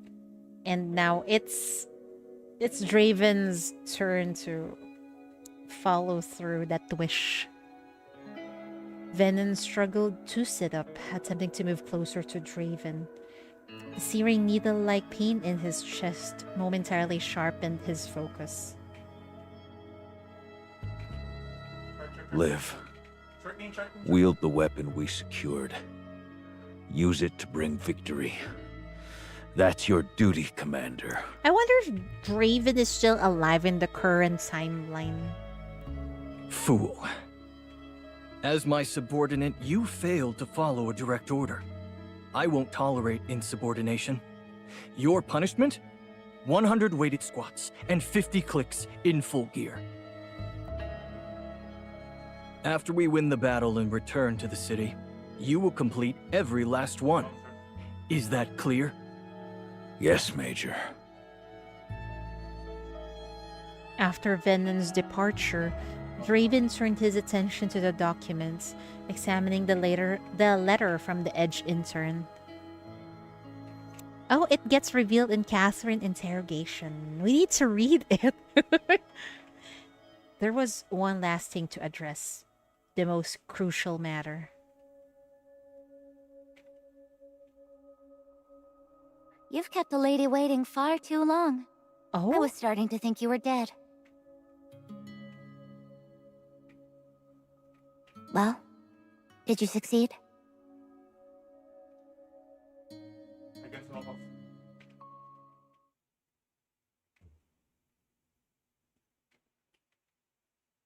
Night has engulfed Nirvana Port. Scarface is played awkwardly across his bunk, mumbling into a crumpled pillow. Bang! Ain't I awesome? When you go out there, stand tall and proud. I'm a hero who defends our city. A great hero who protects Lily. Is he sleeping right now? Home. After I win this, I'll go home. With a thunderous roar, the magnetic engines of Nirvana Port surge to life. The colossal fortress shudders, delivering Augustus's command across the port. Its course is set for the Farlands. Its purpose clear for war. What is happening here? It is also a command from their long-missed homeland. Reach the Farlands. Eliminate all opposition. If that's your assessment, if it serves the city, then I'll see it done. We've done far worse. We hid behind glory, behind loyalty, and finally, behind obedience. Since we lacked the will to refuse back then, everything that comes now is a fate of our own making. I'll see you in Catherine's interrogation. Can't wait. I don't have the right to repent. My remorse changes nothing, compensates no one. Not even death can absolve what I've done. Hellhounds would never dream of forgiveness. The Rancors know no emotions. We're your weapons, tools to turn the battle. Your only concern is victory. We will secure that victory for you, and then we'll reshape the world that made us. That is our final purpose. Nothing beyond that needs to concern you. We've long since fallen among the damned, and the damned have no right to speak of souls. After the lieutenant's report, Augustus falls silent. The hushed whispers of Nirvana Port's rancors echo by her ear, but she only listens, not uttering a word. Why are we back in the current timeline? Fraser's hypercube stockpile exceeds that of all the Farlands combined. Their true face has never changed. Power. All they seek is military power to dominate us all. What they truly covet are the city's mines. Even if they seize control of the city again, the weak Farlands will gain nothing. They incite hatred among the Farlands to overthrow the city, and it would only return us to the past when all city-states were enslaved by the metropoles. Protecting the city from these sinister ambitions, this has been our purpose since the bygone era. We hunger for bloodshed, and only through it can this unjust world be saved. This has always been the way. Now, prepare to embrace death and glory.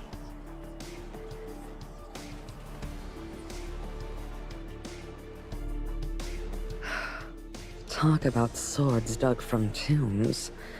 The weight of that is staggering. Yeah, I'm surprised she can tolerate all that. Hi, Kaguri, welcome. Cynics and Siglins are out. Okay, then we can read through that later on. Just then, footsteps approach, followed by a sharp knock at the door. The Rancors fall silent instantly.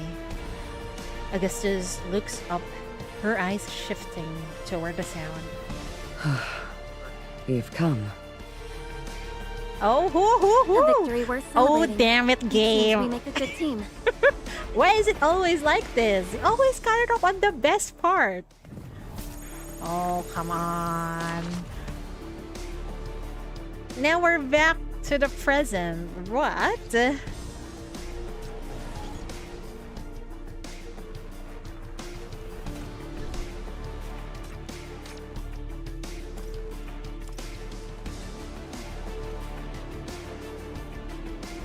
We have battle decisions. No. Okay, great.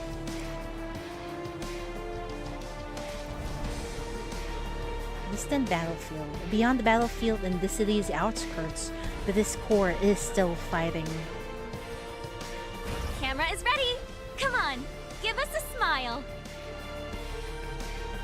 Hey, yeah, little chief, been ages since we saw you last time. You still breathing out there? Ready to come bash some heads with us? Seriously, should we send a letter over or something? You know what we've been up to these days? Someone said they wanted a truce but just can't sit still. So we're gonna give them a very loud rebuttal. I don't wanna laugh like that. Yeah, ha ha ha. Keep that noise to yourself. It's gross. I heard our acting commander is staying put. Stop your yapping and just kill the enemies. You haven't checked your terminal messages for days, and quite a few have accumulated. Ah! Choose. Why the sudden? I would love to talk to them, so I think we'll go with reply. What will happen if I choose to ignore? Man, you tap out a brief response, but only silence answers. They must have moved to an area with poor signal reception again. Oh boy. Defensive unit. Firepower unit.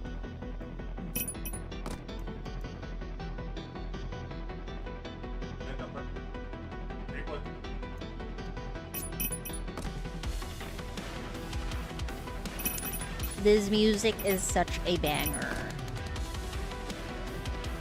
What is this? Magic damage! I don't know what I'm doing. True damage. Oh well. It's going to be fine, right? Right? Right? We'll be fine, right?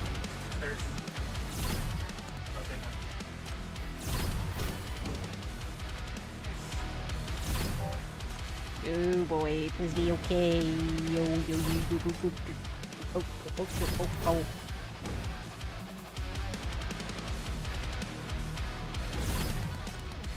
We're going to be fine, right? Right?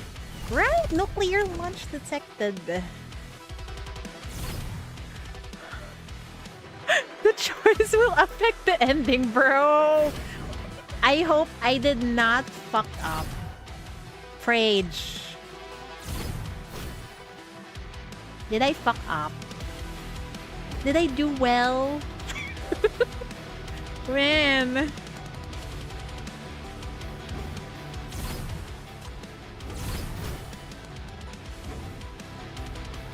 We're doing great, right?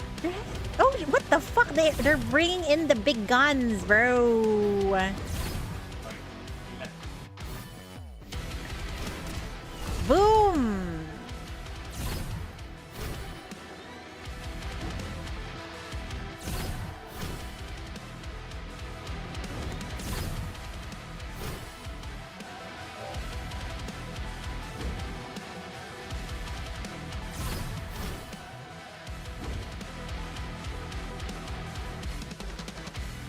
What that choice made a difference? I don't know either. Am I doing the right thing? I don't know, man. Boom!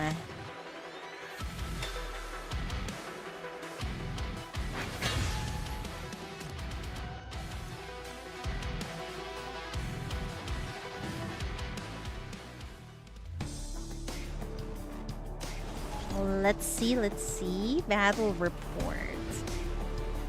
Why is Catherine starting up the Nirvana port earlier? What is she cooking? Broken Blade Squad 3 situation report. Subject, heart to heart. Heart to heart? Hey, Chief of Minnows, do you have any siblings? Not to my knowledge. Wait! Oh right, Chief doesn't know that she has a sister, right? We said we'll have a heart-to-heart, but you don't sound very sincere. Forget it. You seem like a loner anyway. Ouch. Not really a talker. Wait, you really want to save that little girl, right? Yes, I must rescue her. I can see that. When are we meeting our sister again? I can't wait. Oh no, what now? Numerous Aurum Secretum synthetic beasts have appeared on the front line. The enemy seems to be preparing for a desperate strike. Desperate strike? I think we go for a flanking attack, because they're desperate. Copy that. Broken Blade Squad 3 will attempt to bypass the enemy's alchemic beast and raid their HQ. Chief needs to meet her sister in BR003. I hope so. Who will eat BR003 first? Let it be Chief. I wonder what... Is the Chief actually becoming a god? Perhaps by eating those black rings? FAC monitoring station. Greetings, Commander. Communication in the BR005 area are severely interrupted. We've lost contact with 0083, but this last activity showed a particular pattern. We've sent back the data.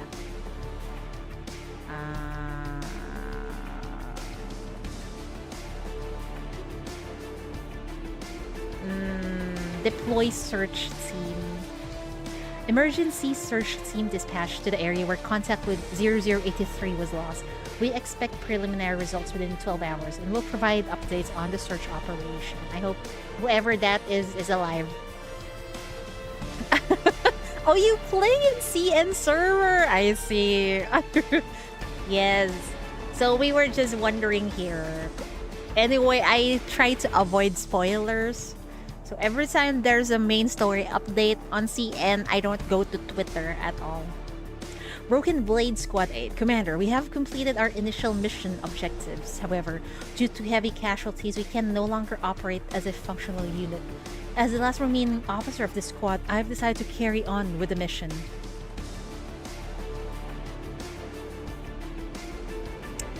Okay, yeah, okay. You can do it. Approved mission. Commander, all remaining soldiers of Squad 8 are grateful for your approval. We are born to strive for victory. They're gonna die, aren't they? And it's all on my hands. Once again. Fuck. Fuck. Fuck.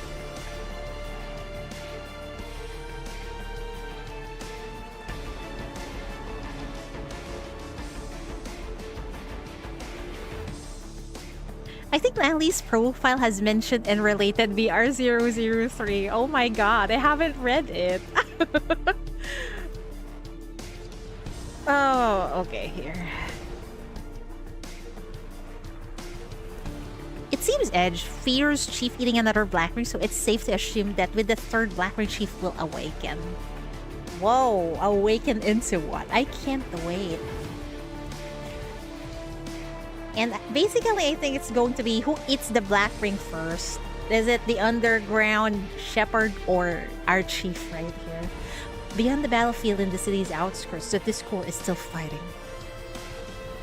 Finally, it's time to enjoy the fight. If Chief will awaken, I want her to look so feral and kind of unhinged. That would be kind of hot. Me in my own Delulu. Hey, I'm not the only one who wants a feral chief, right? Yes, please, right?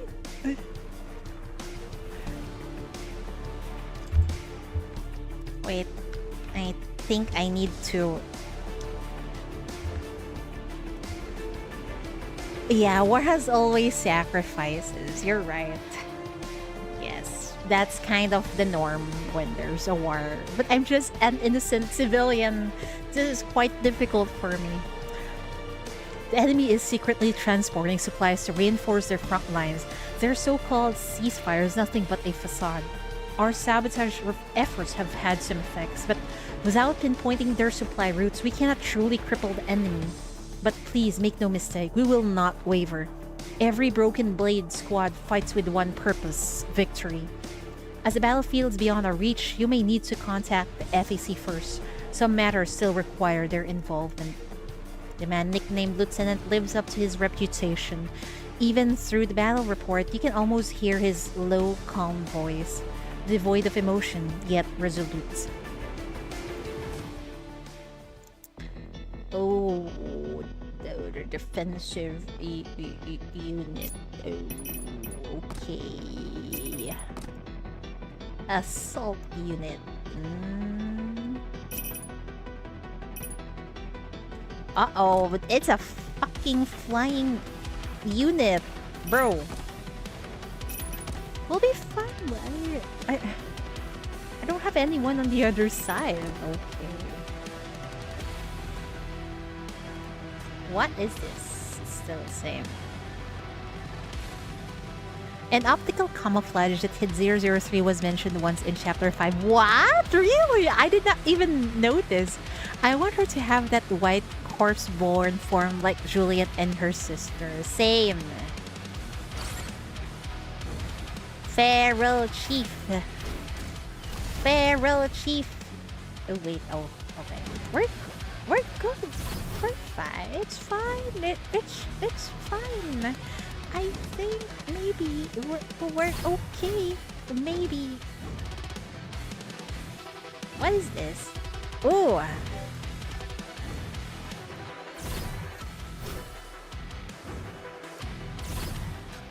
Oh boy. I just killed off my units. Fuck me. Oh shit, man. Am I gonna lose?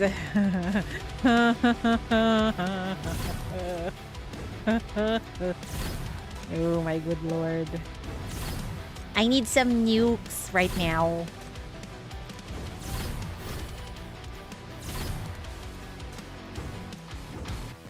Nuke! Oh boy. This seems hopeless. Oh my good lord.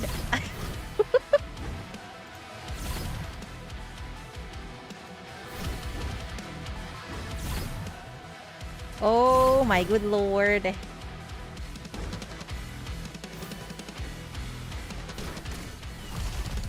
Oh, I just killed off my units, but okay.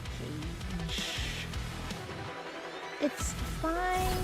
It's going to be fine, maybe. Oh, are we good?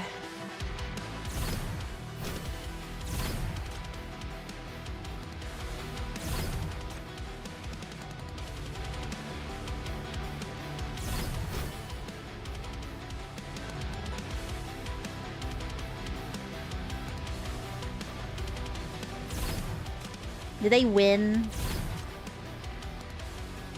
Can I nuke it? No, why?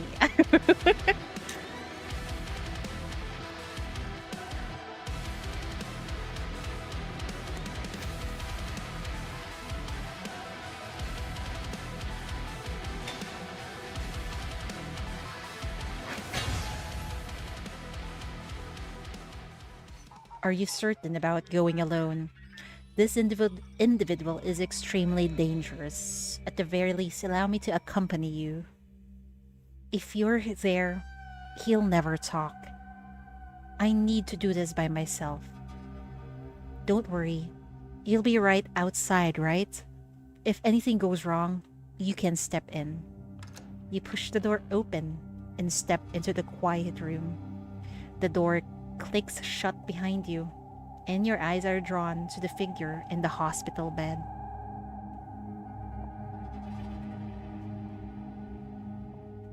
Oh, this asshole. We should punch him some more. What are we doing here? We're gonna waste our time talking to this asshole. It's the man you put there. Serves him right. Hello, Chief. I'd nearly given up hope of seeing you again. What an unexpected pleasure.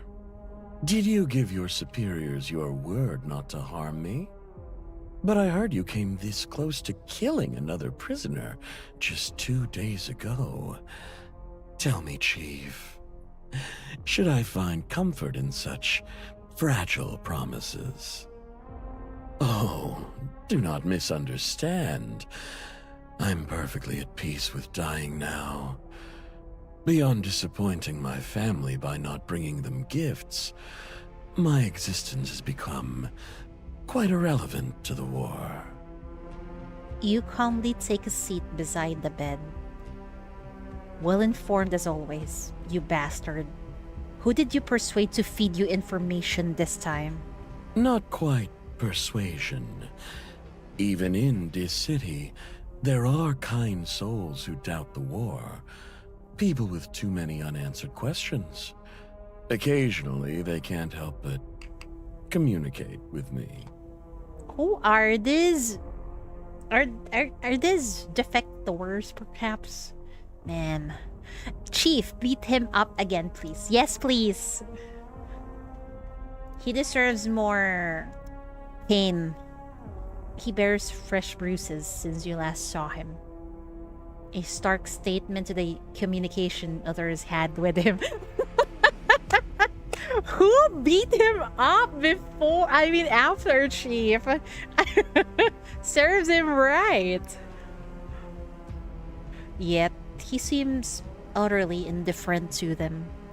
His attention fixed on the placid stillness you now project. You're no different, are you? What do you mean? Your fury is so unrestrained, Chief. It betrays how ill-prepared you were for this war. By all accounts, you should despise the very idea of war. Yet here you stand, shackled to the front lines. All for dear Hela. He mentioned Hela again. Don't lose your cool, Chief. I've already seen her. Oh? I thought finally seeing her, knowing where she was, would make me more certain, more focused. But the truth is, it's just left me more confused than ever. I can't figure this out alone, which is why I had no choice but to come to you, the one who started all this. You look down at your hands. Your palms are now a rough landscape of skin, etched with the cruel corruption of the shackles. My whole understanding was that the Black Ring held her captive, that the Outlanders who continued to imprison and control her, even after their fall, were monsters, bastards like you. I was consumed by that rage, just focused on eliminating the enemy and bringing her home. It's why I pushed that prisoner so hard. But then, that Hela stopped me. and she was forceful about it. Afterward, they told me it wasn't really her. Just a phantom, a trick of the Black Ring meant to deceive me. But I know the truth. Hela was really there. If she wanted to deceive me, she wouldn't have let go. If she wanted me dead, she had plenty of chances before that. She just came to see me, used the Black Ring's power to reach me. But for what? What did she want me to do? I don't even dream of her anymore.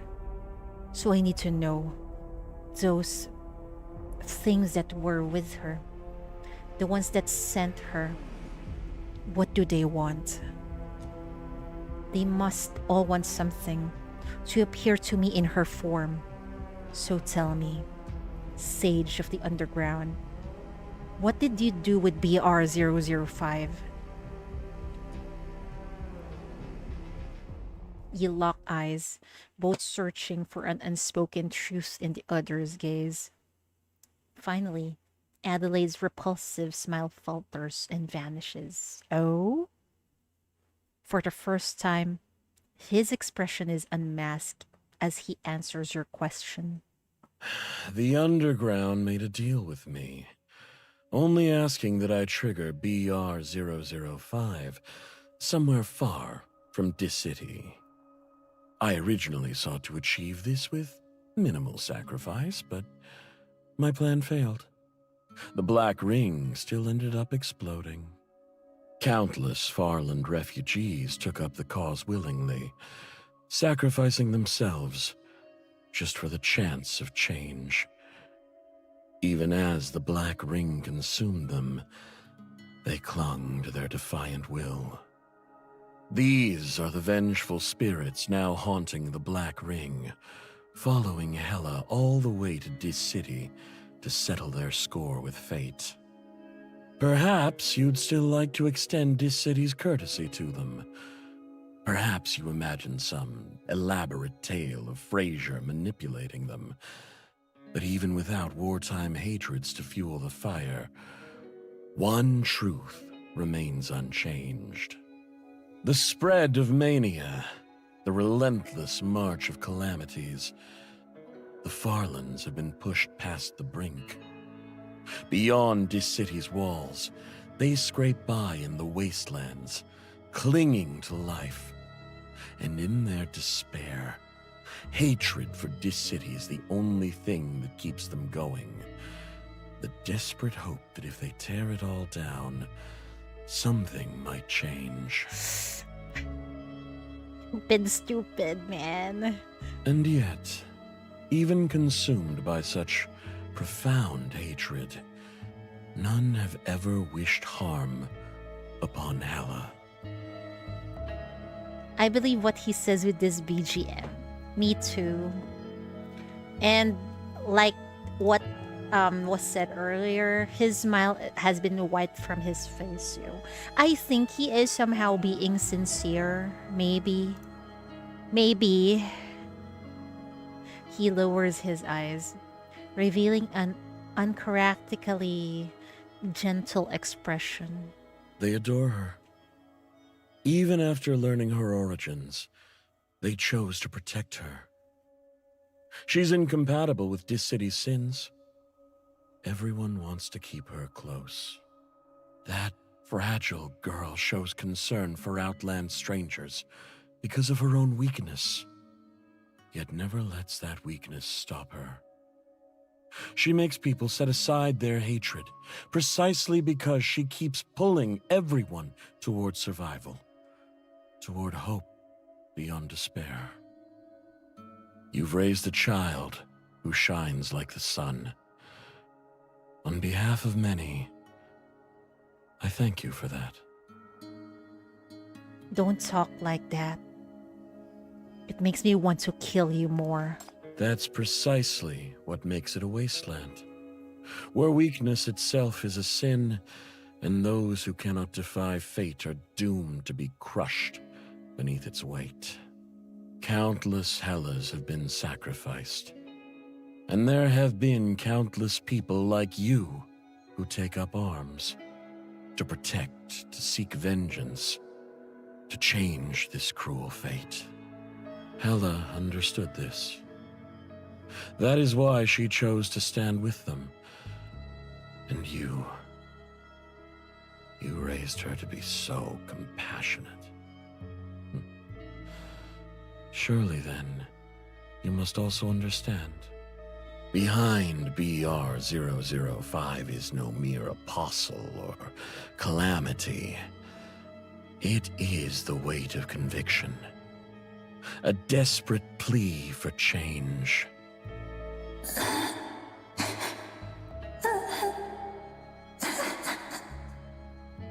Get away. Get away. Hela is such a good baby, Hela. She is.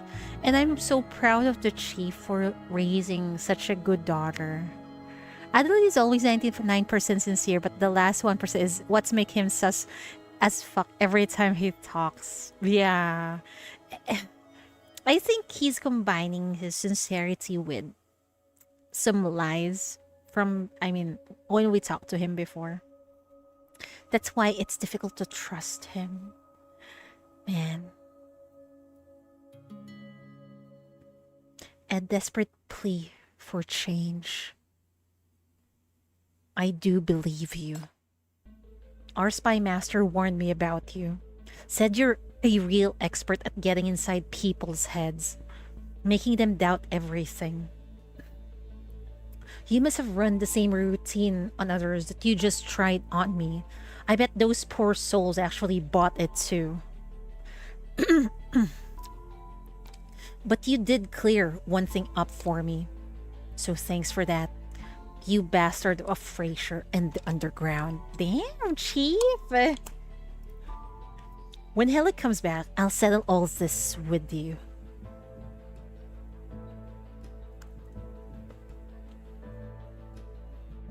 I held back. I didn't lay a finger on him.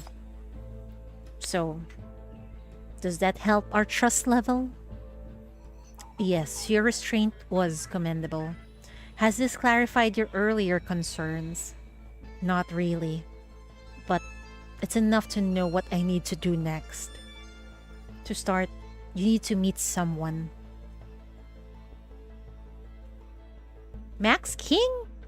Just as the controversy surrounding the mobilization order reaches a fever pitch, Max King reactivates his long-dormant social media account. Without any build-up, a single post bearing his unmistakable style instantly ignites the entire internet. Alright, the city, let's talk. Straight talk. I get it. The anxiety, the confusion, and even the anger. I feel it too. We're all just people, and nobody gets to sit out the storm. Tomorrow, we vote on the mobilization order. Round 2. This isn't just about the military. This is a historic choice for every single citizen. But here's the truth, my friends. This is our turning point. This is the moment our city-state stands united and leaps toward the future. Let me be clear. This city's fate doesn't rest only with soldiers on the front line. It rests on your will, on my will, on everyone's. War isn't some lone hero adventure. It's a choice made by every citizens. It's us, together, unleashing strengths we didn't even know we had. Maybe you're just someone from East Side, a shop owner in West District, a researcher buried in Nirvana's lab. But since when are heroes only the ones holding guns on the battlefield? You can do more than you think. Remember this. Every action, every word of support, every bit of effort, it all pushes this city forward. Don't just watch from the sidelines. This era needs your voice, your passion, your responsibility. We are the city. We don't wait for miracles. We make them.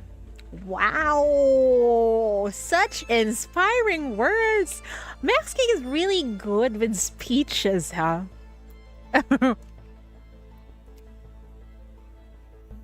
I'm not stopping. I'm keeping this conversation going. And I'll keep moving forward. Tomorrow you can find me on 3rd Avenue, 6th District, and 5th Avenue. If you got concerns, opinions, big ideas, come tell me. Don't hold back. As your speaker, I promise you, I will listen to every voice as we move forward. Together. Hashtag mobilization order. Hashtag protect our city. Hashtag give your all. This hashtag this is our future. Damn. That's good. Uh-oh. The clown speaker is on his soapbox again. Who actually buys what he's selling? Let's be real, that mobilization order is just about propping up the military. Nothing more. The city-state already made a deal with Augustus. The mobilization order is just trading power for life. If Max King had any real power, would he be doing cringe parades in the streets every day? Lol. Imagine Cavendish won the election and dealt with this situation. I don't think Bernadette is as appealing to the public, unlike Max King. Max King knows what the people wants or wants to hear. Bernadette, I think she's more of a East Side. She only knows of East Side's wants or needs, perhaps. Maybe much more colder approach. I'm proud that Max King won. Does he even read the mobilization order? He's talking about... Wait, I read that wrong. Does he even read the mobilization order he's talking about? I could do a better job than this guy.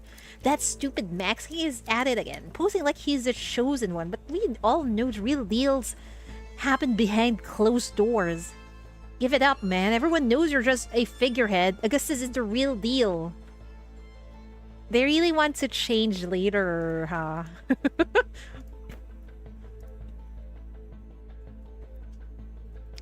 I can't blame them. Catherine isn't hot. Why are we back here again? Selena wakes to the sound of familiar footsteps. Oh, damn. This music again. Why, though?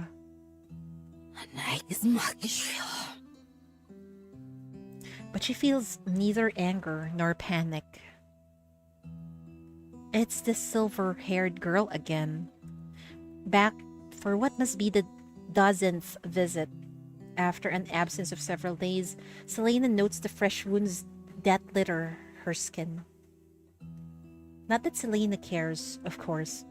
A warrior's instinct is to observe. It's just that she'd been the same age when she enlisted. It's just that she sees a hauntingly familiar fire in the girl's eyes. But this time, instead of timid kindness, Selena is met by the cold gleam of a gun barrel. A bullet whips past, grazing her hair. She should mock the girl's pathetic aim, but an inexplicable rage ignites within her instead. Calm down. Why are you pointing a gun to our prisoner? You? You fooled me! What is happening here? It's you who lied. What?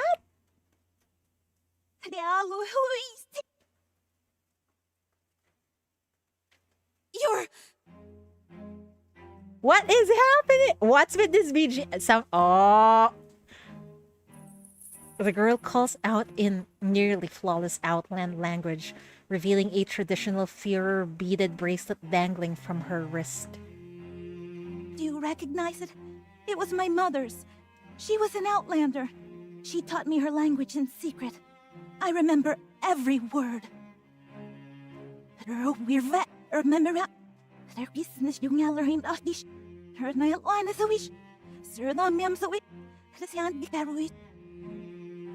My Dissian name is Elvira Stewart, but my mother gave me another name, Nisa Sadakur.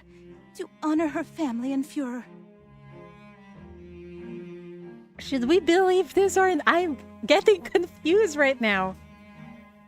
What just happened between these two?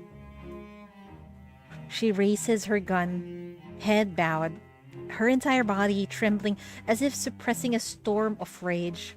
Finally, she lifts her gaze and, with every fiber of her being, cries out, I know about the Führer Black Ring. I know you betrayed my mother. After what you did, how can you even say words like justice?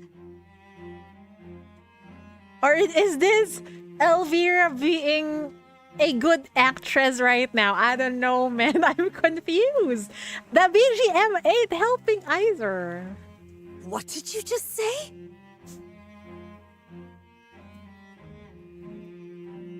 Elvira lied. Timid by nature, she nonetheless possesses a surprising talent for performance when the situation demands. Oh! Oh, she's acting. Okay, okay. But for what reason, I wonder? I almost believe because she said some foreign sounding name earlier. I almost got debated. Man, she's good. And now, she has decided the situation demands it. Oh. Alert. Alert. Aurum secretum reaction detected. Outland Sinner has escaped. Repeat. Outland Sinner has escaped.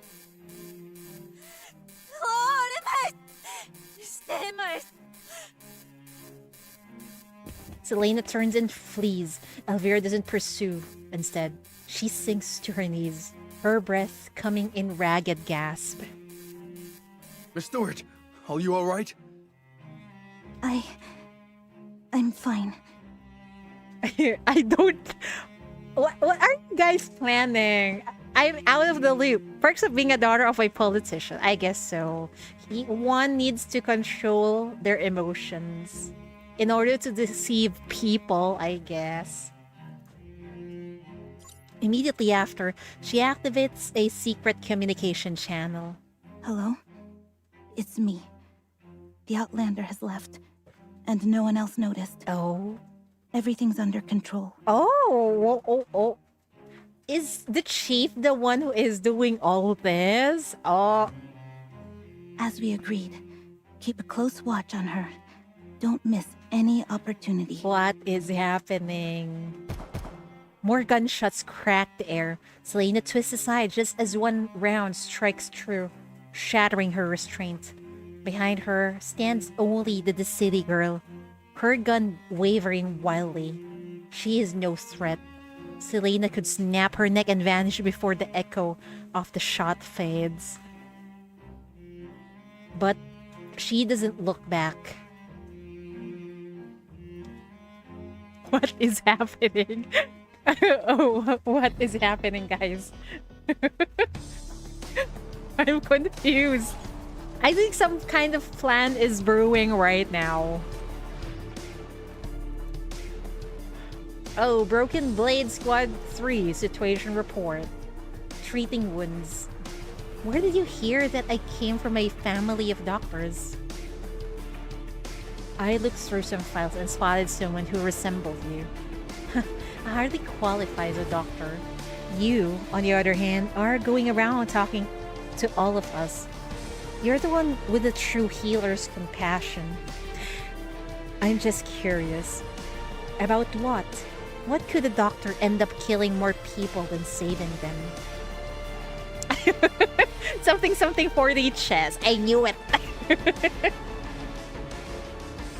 Family reasons, personal preference, maybe both. I never liked being a doctor. The first time I picked up a scalpel was out of necessity to save someone, but I ended up killing them instead. I don't like saving people. The weight of a life feels so heavy when you're saving it. Killing is different. One simple cut and you've taken the life. You should understand this better than I do, Chief. After all, your power is far more lethal than our scalpels. Our resident military doctor is really unhinged, huh? I wonder if she's going to be playable eventually. I hope so.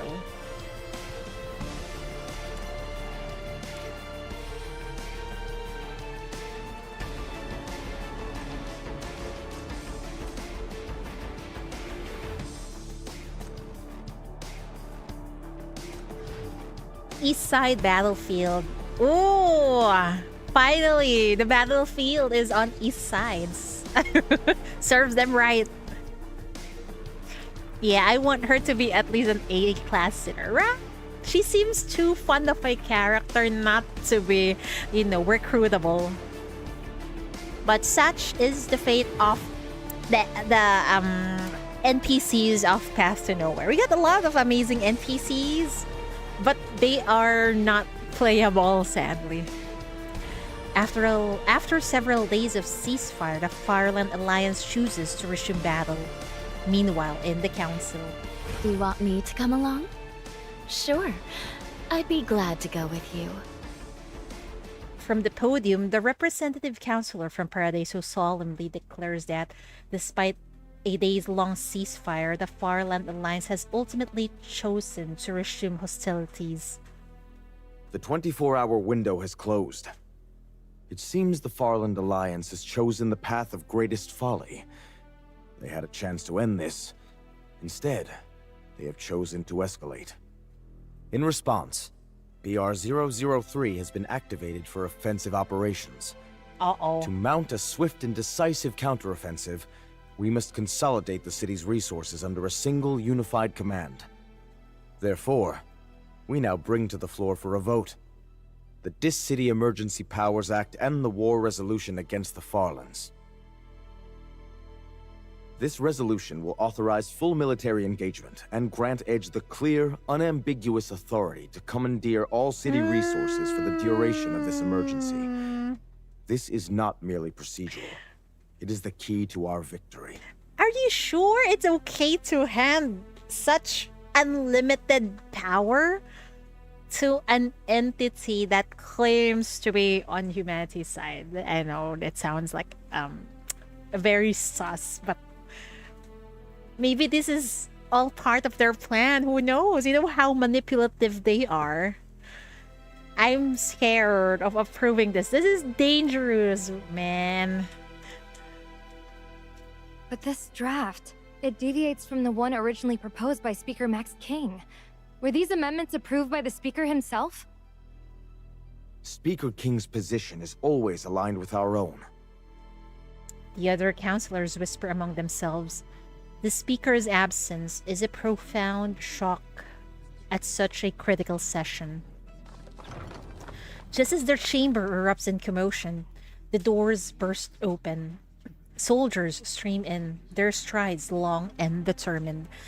They shoved the overwhelmed security guards aside without breaking formation, causing a collective gasp of shock and outrage. What is the meaning of this?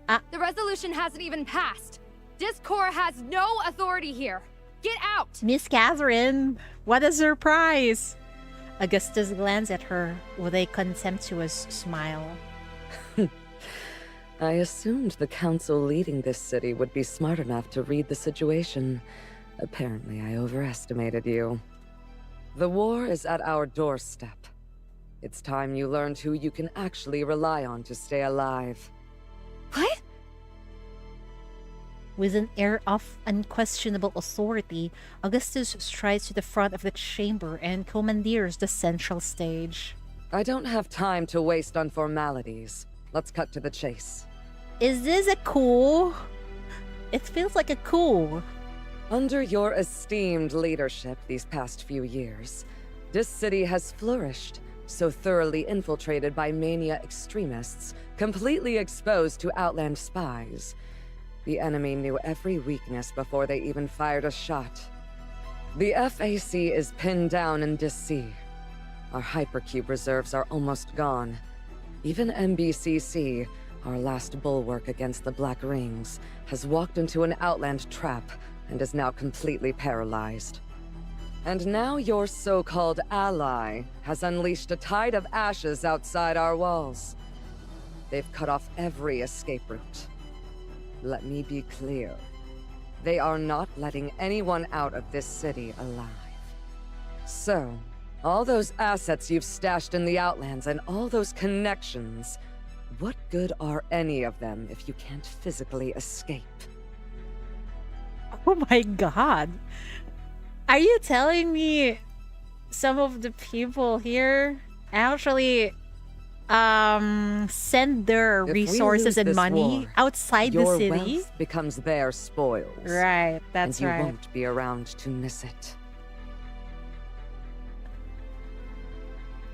Stop with the fear-mongering. We still have Paradisos and BR-003. Compared to BR-005, our development of BR-003 is far more advanced. Our catastrophe weapon is superior. It can protect this city from any invasion. You know what?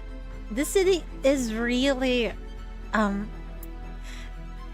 what's this? It's reeking of greed. It's maybe it's because they've been too prosperous for a long time. That's why it's become like this. And now faced with such a war, it feels like they're going on a downhill approach. When what's this, when Catherine, good thing Catherine intervened, I guess. Otherwise I think they'll just the city will just hit itself in its own head. Mostly Eastsiders, right? It's because Eastsiders are the ones with power and money, that's why. Perfect timing. I've just received a new operational plan from Edge. One that incorporates BR-003. Saying that when bro probably didn't even know weaponized BR-003 was a thing, right? Our goal isn't to break the enemy here. It's to bleed them dry while we spend as little as possible. While the FAC holds the line, I will take my forces to the Outlands. We will decapitate their war leadership and bring the entire region under control. Edge has done the math. They trust in my capability to get it done. As for you, your fortunes, your lives, to them, you're just a line item. Easily replaced with new counselors. That's true. The one who's really managing the city is Edge, not you fucking counselors who just in the position just to line your pockets. Typical politicians. In the chamber, nearly half the counselors turn deathly pale. No one said the risk was this severe. Who can protect us? The FAC can't. Is there any way out of this city? Anyway, forget the assets. We need to get out. This is fucking frustrating. All that matters to these assholes are their fucking assets, man. You know what? Maybe we should just end everyone and install another form of government. A bunch of pussies. Yeah, well, typical government officials, I guess. Can't we just destroy that black ring? MBCC. Wait. What about the MBCC chief? Isn't she the expert? Can your forces handle it? Their fear of war now greater than their fear of the rebel leader. They choose Augustus, the right choice. You said you wanted to reclaim everything you lost through war.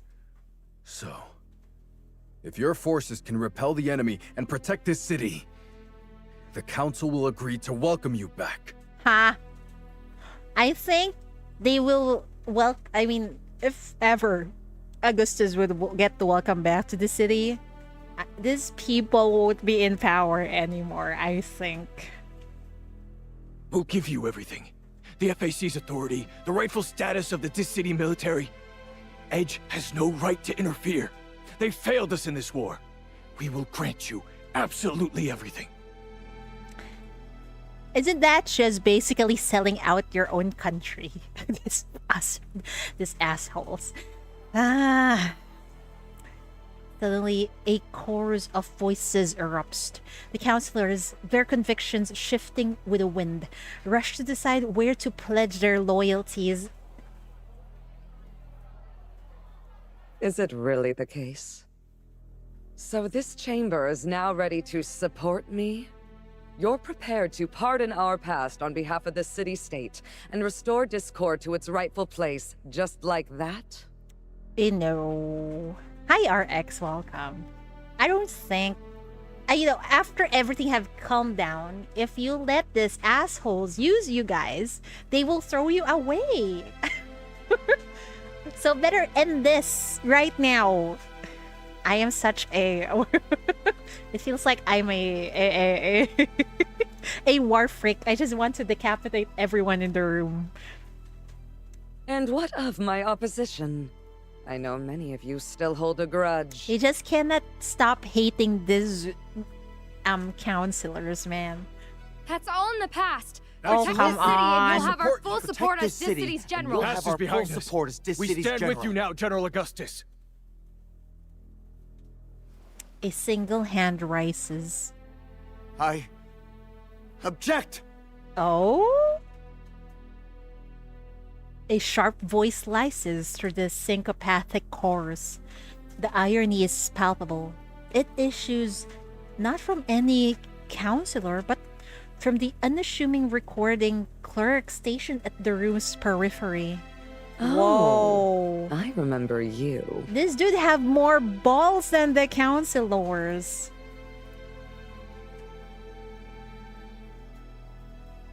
The military clique back then, they were all ambitious, brutal. They'd always believed in rule through force. After they seized power, they brought nothing but suffering to the city-state for 12 years. Is this the dude that talked to the chief at the beginning of this event?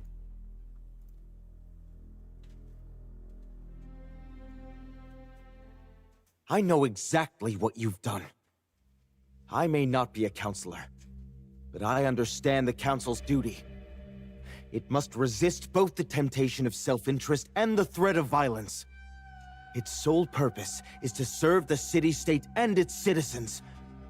This is the institution meant to safeguard fairness and justice for all. You tell that to those assholes. They all have their own fucking interest.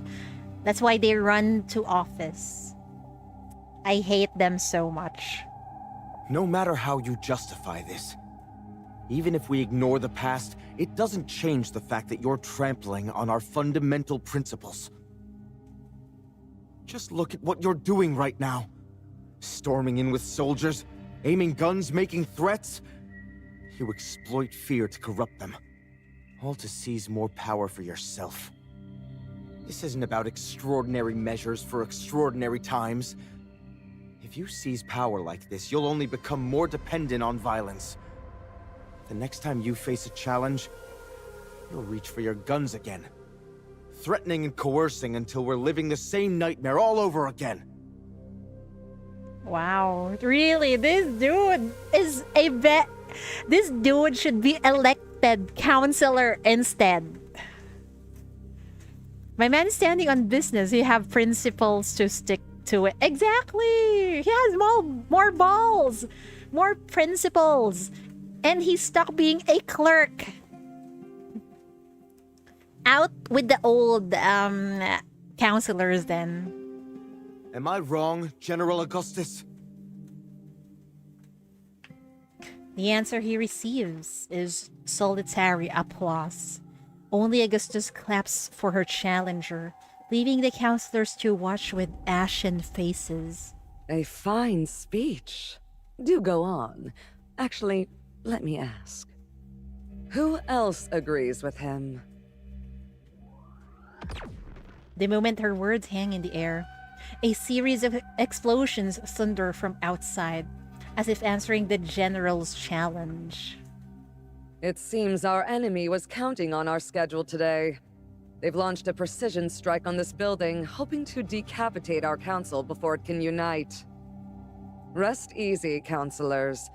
My troops have already secured an evacuation route. Those who have cast their votes may follow my soldiers to safety. Whoa, whoa, whoa. Basically, if you cast votes for Catherine to gain power, you are free to go. Whoa. Discord will honor your support by ensuring you live to see tomorrow. Protecting this city remains our duty as soldiers. Catherine is really playing dirty here. However, those who just voiced their opposition, you will stay. A smile cuts across Augustus's face as chaos erupts throughout the chamber. She may blame the enemy's artillery, but the truth is written in the flash of each explosion. This is her masterpiece. I'd love to hear your thoughts in full. Come now. Didn't you have more to say? She's basically just blackmailing these people, huh? You monster! How brave! It's good to see the new generation still has fire in its belly. I'll remember you. Besides this gentleman, anyone else?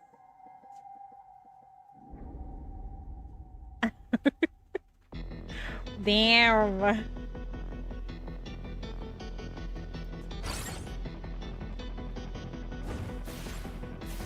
As wisteria blooms, behold the splendor. You know what? I really love the writing of Path to Nowhere.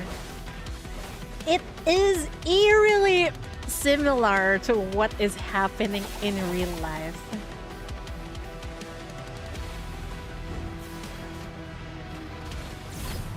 Or perhaps what already happened in the past, I think.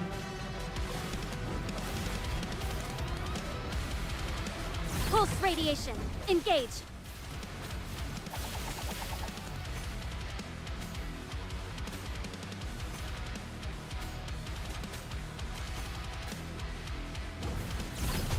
This is the guide. Rush them all!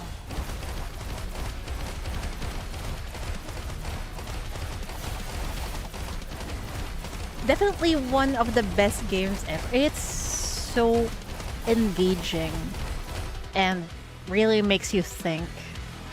It doesn't spoon feeds you on what your opinion will be on the decisions of, you know, the characters, on what is currently happening in the story. Despite the council chamber's heavy soundproofing, the artillery outside announces itself as a deep, persistent tremor through the floor.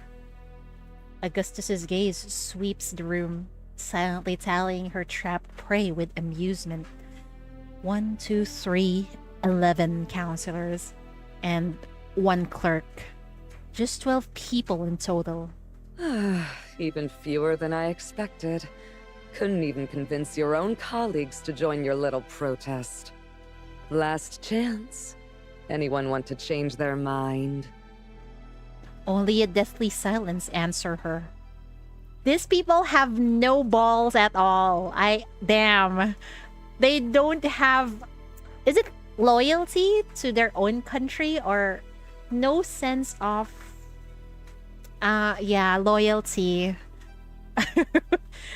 It feels like the city is just a convenient business for them. I will not change my position. Surrendering now is pointless. As long as you plot to restore military rule, I will oppose you. I gotta salute this guy. Very persistent. The others remain silent and unflinching. They stand firm, surrounded by guns, but in the end, not a single one steps forward to surrender. They're only loyal to their own agendas, of course. Of course. A genuine smile finally graces Augustus's lips. Good. I was hoping you'd say that. Then let's stop the posturing. Time for the city-state's most stubborn counselors to see what Discord is really made of. The lights abruptly die. In the darkness, a projection flares to life before the counselors, displaying a battered, broken army. Their equipment is obsolete, their formations scattered. They look utterly vulnerable in the flickering light. Augustus's gesture guides the projection upward until it settles on a structure jutting from the waist like a rusted tombstone. The ruins of Nirvana Port. Its surface pock-marked by the unmistakable scars of a nuclear strike.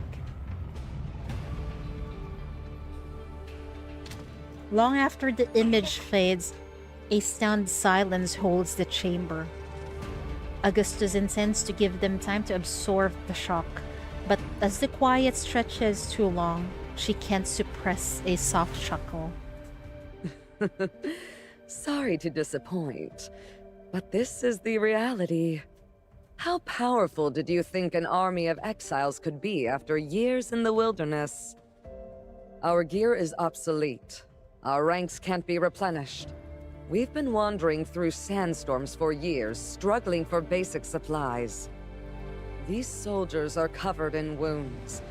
Men who did the city-state's dirty work only to be cast aside. Mania corruption is eating them alive. Their morale is shattered. Their minds are hanging by a thread. This is the army I command. It can't defeat anything. It can only frighten you. BR-003 is no different. Just a bluff. Edge can't actually deliver precision catastrophic strikes. The enemy saw right through it. That's why they've ignored our warning and expanded the battlefield. Are you telling me Edge cannot still control BR-003? Whoa, and we just believe what they said the first time. I wouldn't be fooled again, man.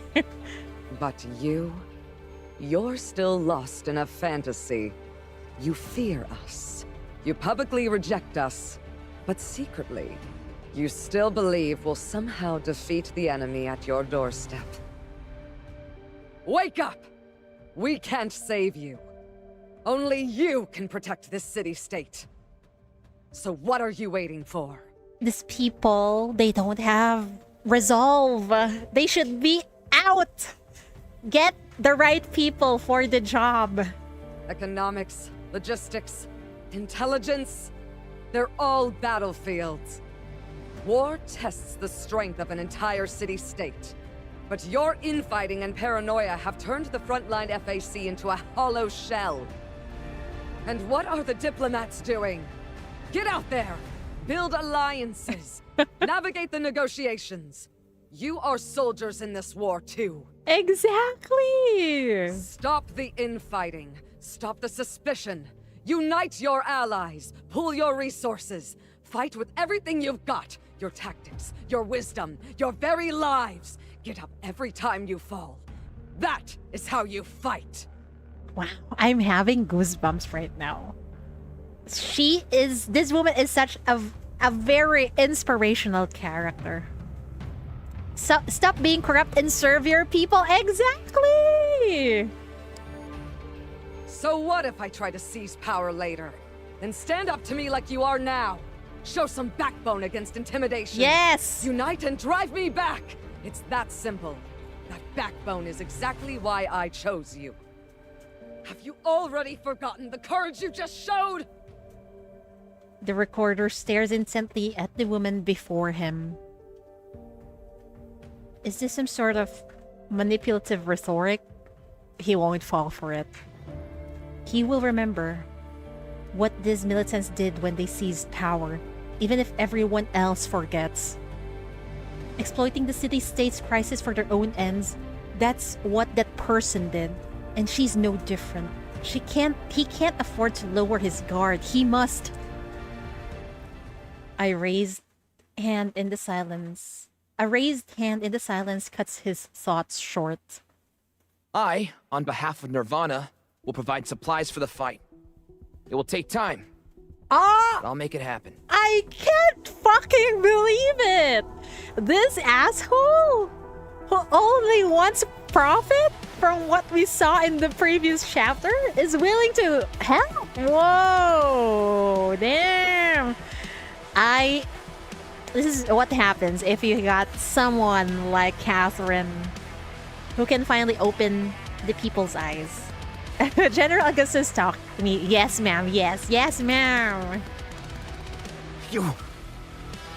But I have conditions. Oh? With a discreet swallow, the man races through his rehearsed points one last time. Then, steeling himself, he summons the courage to let the words tumble out in a single rush breath. These resources go under the FAC's unified management.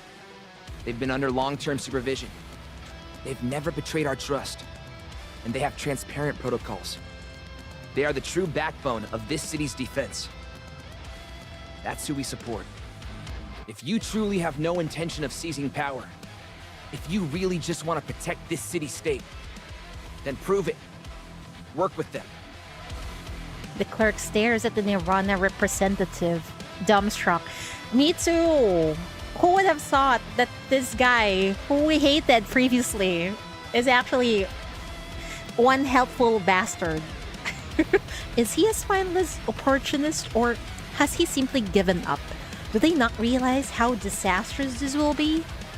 Having finally managed to get through his carefully rehearsed speech, the Nirvana representative remains oblivious to the shocked stares around him.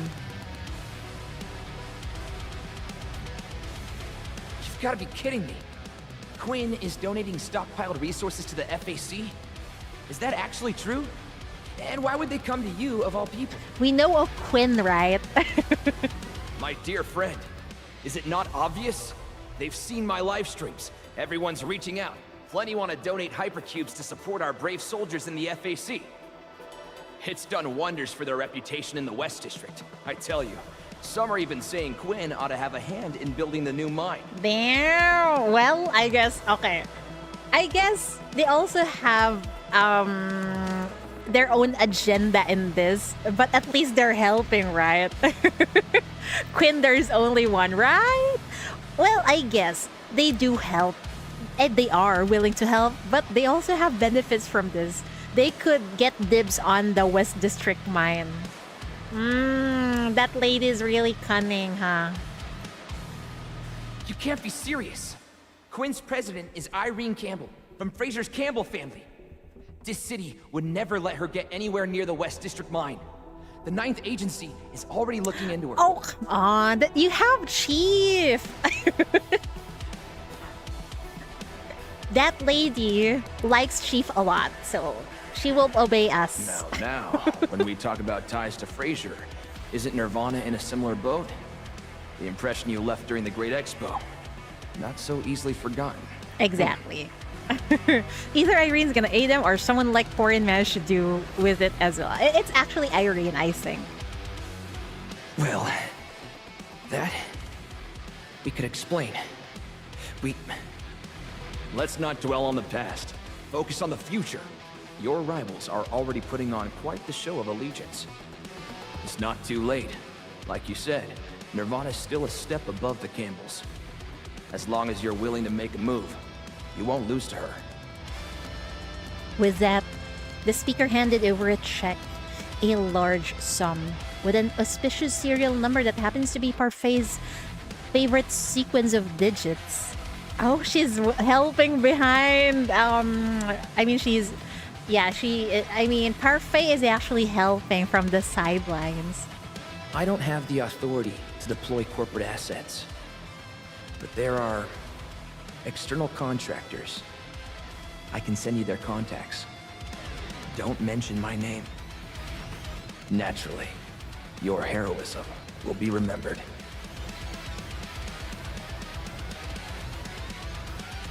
I'll keep in mind what you said. In the face of a crisis that threatens our very home, we have much to do. Cooperation with you is necessary. But if during this time, Discord causes trouble, if you try to overstep, I will stand against you immediately. Thank you for your services, sir. Excellent. You finally learned to take the first step. So, for our next move. The heavily guarded door splinters open. Several silhouettes stand framed in the doorway, backlit by the harsh light. Enough pretty speeches. What is the Commander-in-Chief doing here? Show me your battle plans. Prove you can win. They're willing to cooperate. Let's go. Of course. You know, this is how humanity survives. Fucking cooperation. Regaining trust always comes at a price. So tell me, are you ready to let the old foxes slip a collar on you? That depends what kind of collar you mean. Oh my god, there's two hot ladies in front of me. Get the old man out of here. That frame with the three is kind of crazy. We can just throw out the old man. Let Chief be in the middle. Ayo, Cat, right? Sir, I'll have to, ma'am, I'd like to have a Catherine and Langley sandwich, please. One order, thank you. Oh, Chief is really here. Oh my god. Damn, Chief, you should have joined the frame earlier. Oh my good lord. She watches you. A calculating smile on her lips. These shackles are tied to the Black Ring. Accepting them means accepting the contamination, doesn't it? It also means accepting trust. I'm under the impression you need it to achieve your goals. You walk toward her as you speak, just as you did yesterday when everything that mattered had been said.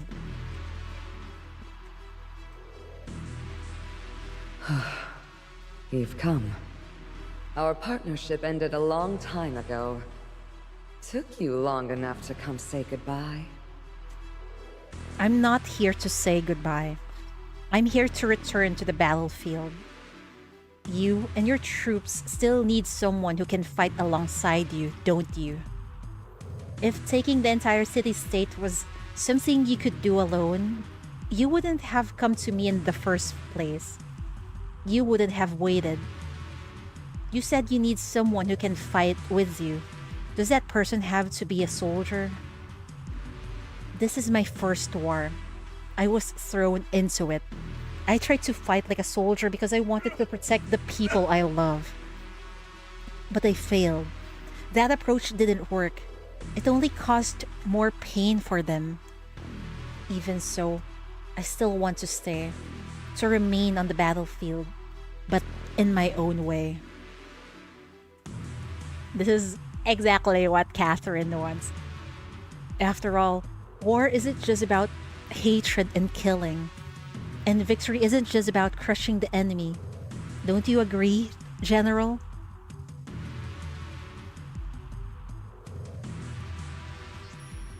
MK's feed is constantly updating.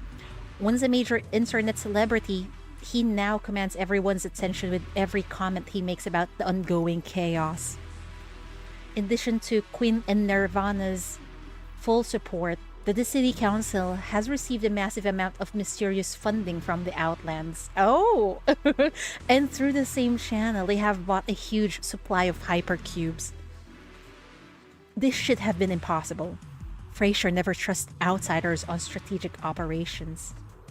How could this possibly be?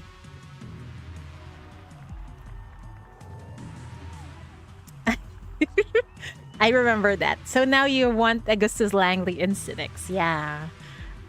Enjoy your dream while it lasts, though.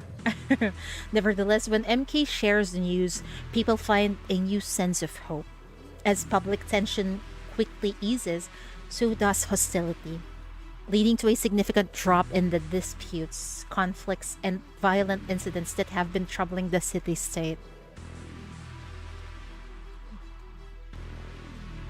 Those Outland elite operatives are too organized. They had to have inside help. If we can trace their comms, we might find the source. You said you could fix this, so hurry up. This war with them makes me sick. Excellent work, Miss Stewart. What? You've got more talent than I gave you credit for. I'll pay you a visit when this wraps up. Whoa. Elvira working with Langley. She is... Don't tell me she's gonna be employed by the Ninth Agency soon. I wonder.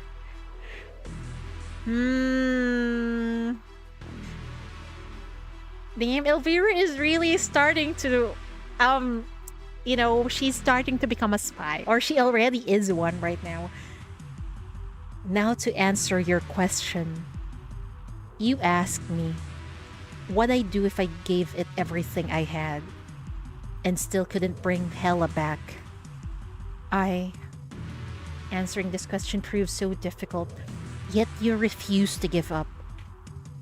If I really lost her, I'd get back up and I'd destroy BR-005. Then BR-003, BR-000, all of them, and every single bastard who creates them, every opportunist who tries to profit from them. Let's go, Chief! Hatred won't heal me. The pain and suffering, they're half from the mania itself and half from those vultures who feed on them. From now on, they're my enemies. I don't care about city-states or stances. None of it matters now.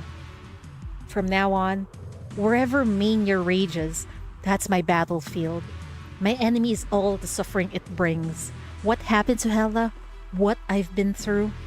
I won't let that happen to anyone else. Chief is fucking amazing. So,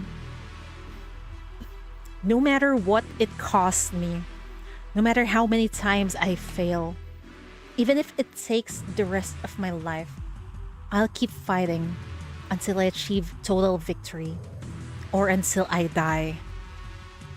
That is my answer. I can't be your soldier, but it seems like we're headed to the same battlefield. If it's acceptance and trust you're looking for, you can find it in me as your comrade. Right now, I'm fighting to end this Black Ring War. Would you be willing to stand shoulder to shoulder with someone like that? I love Chief so much. Damn!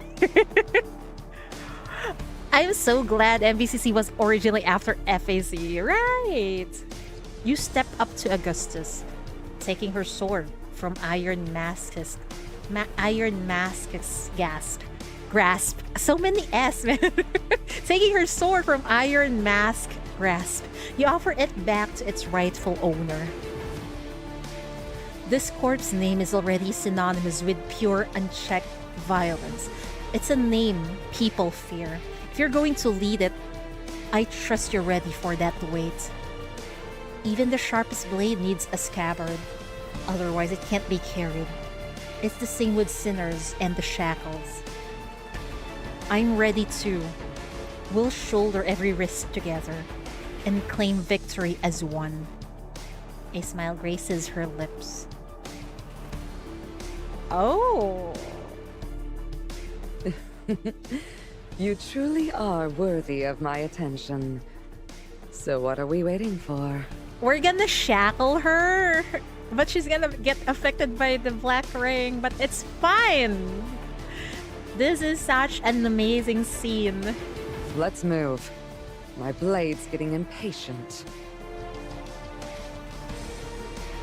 A victory worth celebrating. That it seems we make a good team. I love Chief so much, man.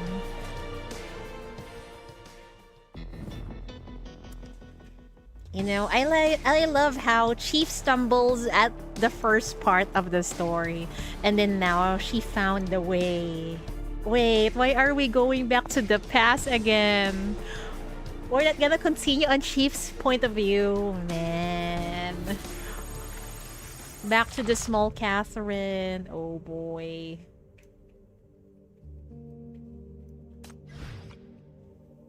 Weapon. The Independence Army finally deploys its weapons, with forbidden arms working in tandem with equally forbidden abilities. Operation Skyfall is officially launched. Oh my god. As long as I can protect those who I love.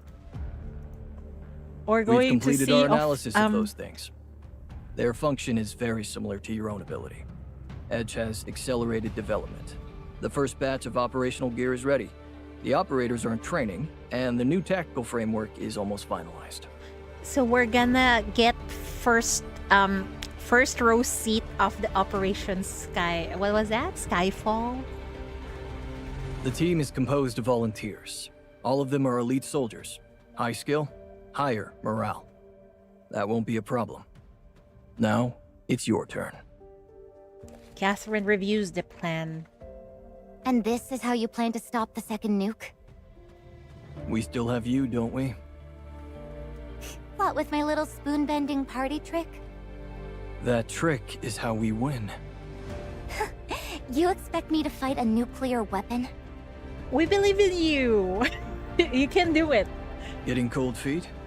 I thought you'd outgrown the idea that a nuke is the ultimate power. It's the hydrogen bomb versus coughing baby matchup. Yeah, I'm still having reservations, but we believe in Miss Catherine. Still trying to sweet talk me? I know a gamble when I see one. But fine. I'll admit it. Your conviction is real this time. You're not hiding anything else, are you? This plan.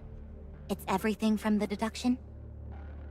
Draven broke into a smile. I omitted one detail. The probability of your death.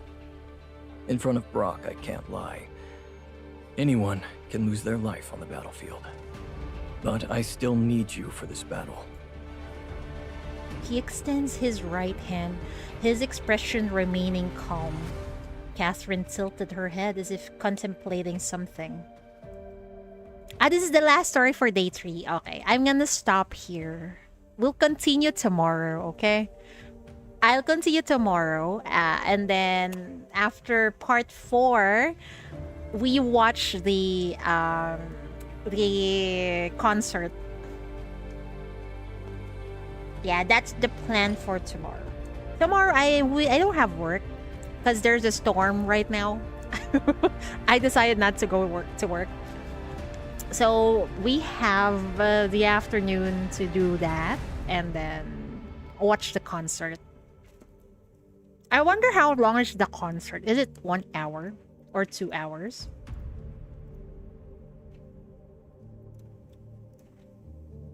But I won't be able to watch it exactly the moment it's up, okay? I think it's around 10 a.m. or 9 a.m. my time tomorrow. That's too early, man. So I'll just watch it in the afternoon. Fight for us, Catherine, Augustus, and Ahar. You were born a warrior. Now become this city's sword. The concert, I think, about 1.5 hours. Okay, thank you. So it won't be that long, hopefully, Rage. Hopefully my back can handle part 4 of Shattered Blade and then the concert. Your enemy isn't the Metropoles. It's the war. The fate you've learned to hate. Oh, it was Draven who thought this to her. Gotta salute this person too. I hope you don't die, Draven, Prage. I will give you a weapon powerful enough to break it. And a glorious victory. It will be a battlefield worthy of you. Catherine nodded, reaching out her hand right to pat Draven. Of course you will. This is my debut, after all. Don't you dare screw it up.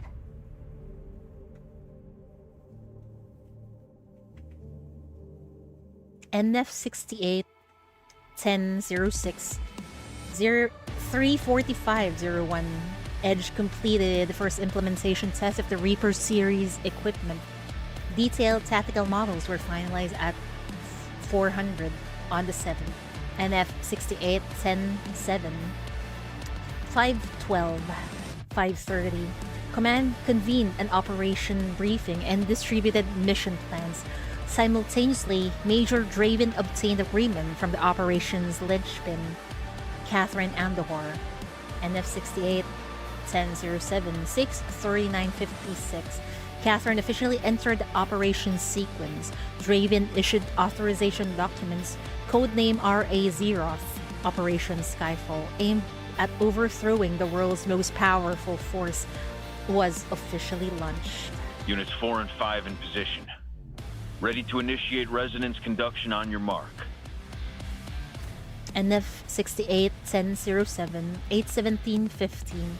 Venom piloted the C-4N fighter aircraft with Catherine aboard. Reaching high altitude, wind speed was 15 knots, weather conditions were stable.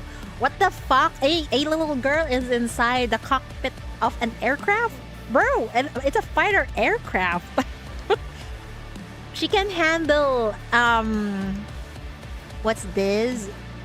Those forces, what do you call it? G-forces? NF68 1007 91942.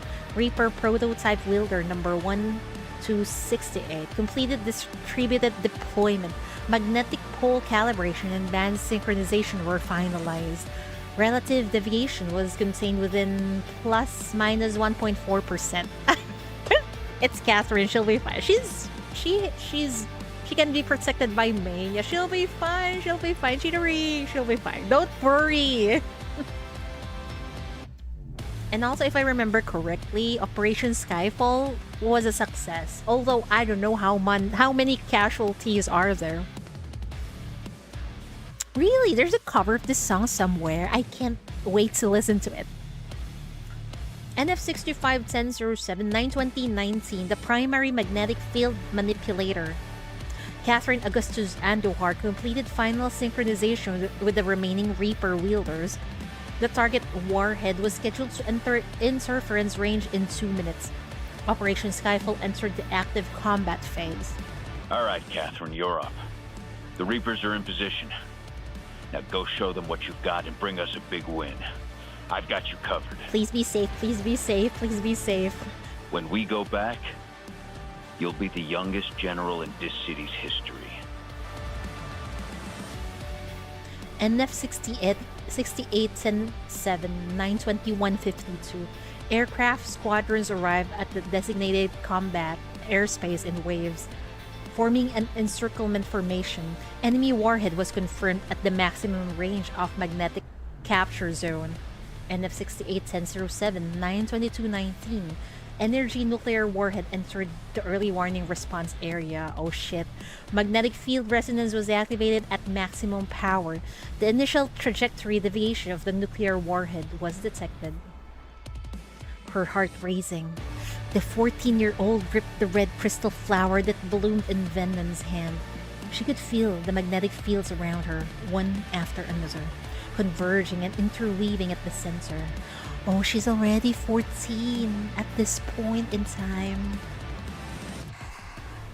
1, 2. And also she's using that 3. Sage Underground technology, huh? None of you are getting away. Whoa, nuclear launch detected. NF68 1007 92330. Target warhead was controlled to crash in the designated White Sands buffer zone. The original nuclear targets, primary target the city and secondary target Nirvana port, remained undamaged. Let's go! She's successful. NF68 1007 92958. All combat units completed their return. Some Reaper equipment was damaged. 5 test operators were lost in action. There's still casualties as usual. End of 68, 1007, 935. Catherine Andujar successfully completed her first mission and was confirmed safe and unharmed. Major Draven issued an on-site verification. Operation Skyfall and Reaper equipment data were classified under the highest security clearance in the Independence Army archives. No wonder we don't know what's the reason for the success of Operation Skyfall. Oh, so it was actually Catherine. Oh,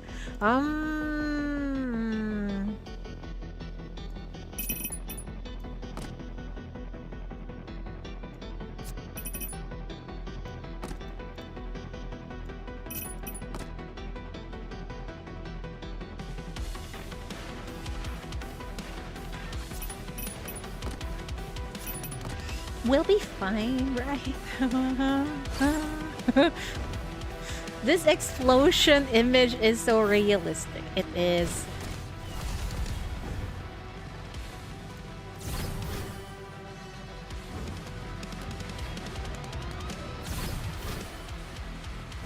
I really love it when Path to Nowhere draws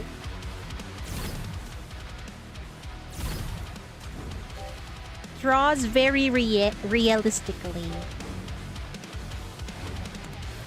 Oh my good lord. I'm gonna kill off my units, dear lord.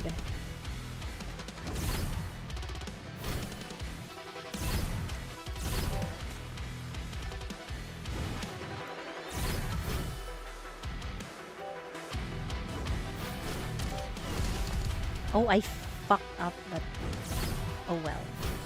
It is what it is. I fucked up. Oh no.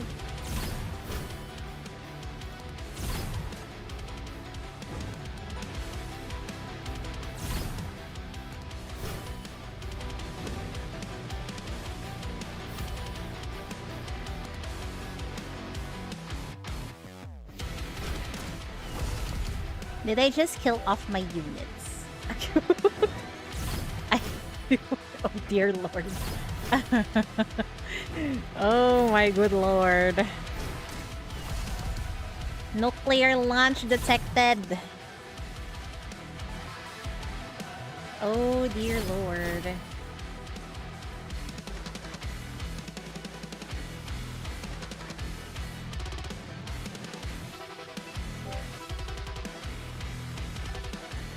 I think I'm gonna lose.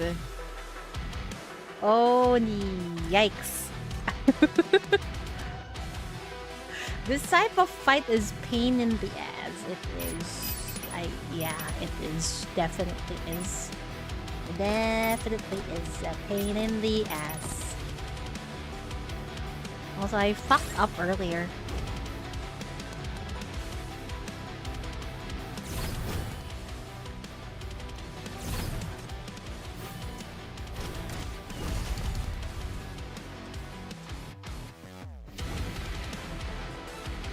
Please be okay. Please be okay. I beg of you. Can I deploy? No? Great. Damn. Still no? Oh. Boom!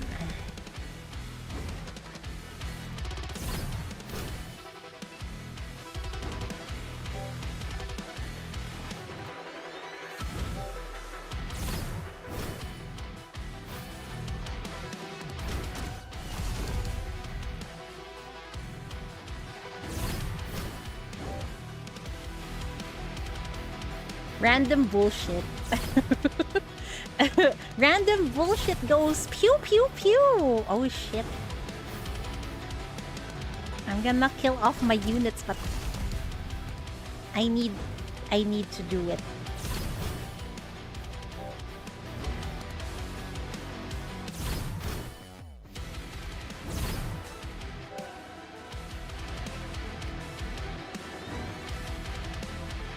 be fine, right?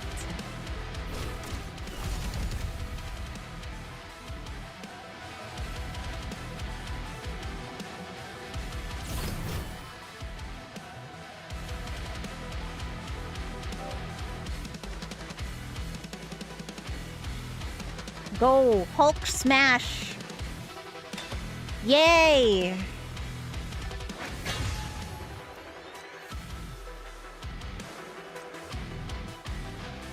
It's actually kind of fun, not gonna lie.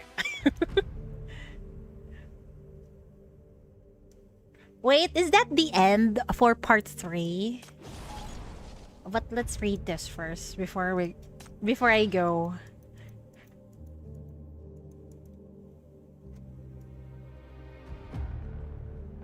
Independent Army physician report. Adjutant Venon's mental and physical condition. What? October 5, NF68. The mysterious flower continues to corrupt Adjutant Venon's mind. He has grown significantly more aggressive, and he displayed an inexplicable desire to kill. The only reason he hasn't gone insane is his powerful will holding onto his rationality. I cannot determine how long this rationality will last. My only recommendation is to free Adjutant Venon from its influence as quickly as possible. If no action is taken, he will soon degenerate into an unpredictable presence, while the real Venom will suffer tremendously. At that point, perhaps death would be a mercy. Oh my god, my phone is ringing. Stop with the emergency alert. Okay, we're good. That's where part 3 ends. Okay. I'll just read this and then I'm gonna end stream. Man, so Draven isn't so daijobu at this point in time. Draven's response: save him at all costs. His life is far more important than he himself realizes. I mean Venom, not Draven. So Venom isn't really doing so well at this point. It feels like he's gonna die anytime soon. Venom's record. Major, this power won't disappear. I request your permission to die honorably on the battlefield, as a human and as a soldier. Draven's response: very well. Yeah, he's dead, basically. Man, oh man. Such is war. Which is, horrible as always. Anyway, we'll end it here, folks. Thank you for hanging out with Cheatery. I hope you enjoyed the part 3 of Shattered Blades. Every part, it keeps on getting better and better, man. And also, I demand more Feral Chief, I beg of you. And also the Langley and Catherine sandwich. Thank you so much. Also, I am curious about something. Hold on. Let me grab this. Also, I'm curious about Langley's files. I've had Langley for a long time. Why does it feel like I haven't read her files, even though I think I read this before? Birthplace Paradisos. Sas. Hi, Johnny. Welcome. Case. Navigator Observatory Negotiation Breakdown. What?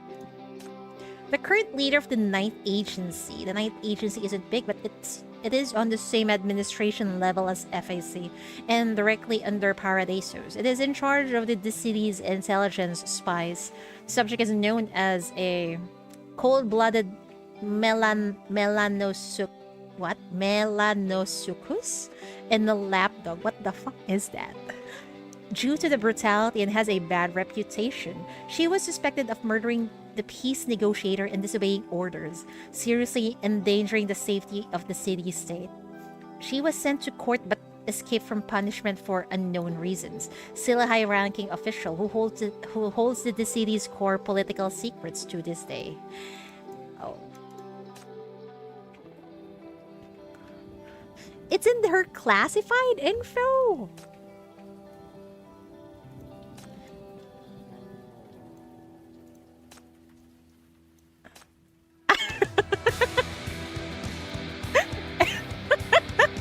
It's because I didn't read her interrogations. That's why.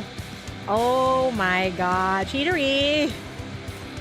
You should read her interrogation. Bro.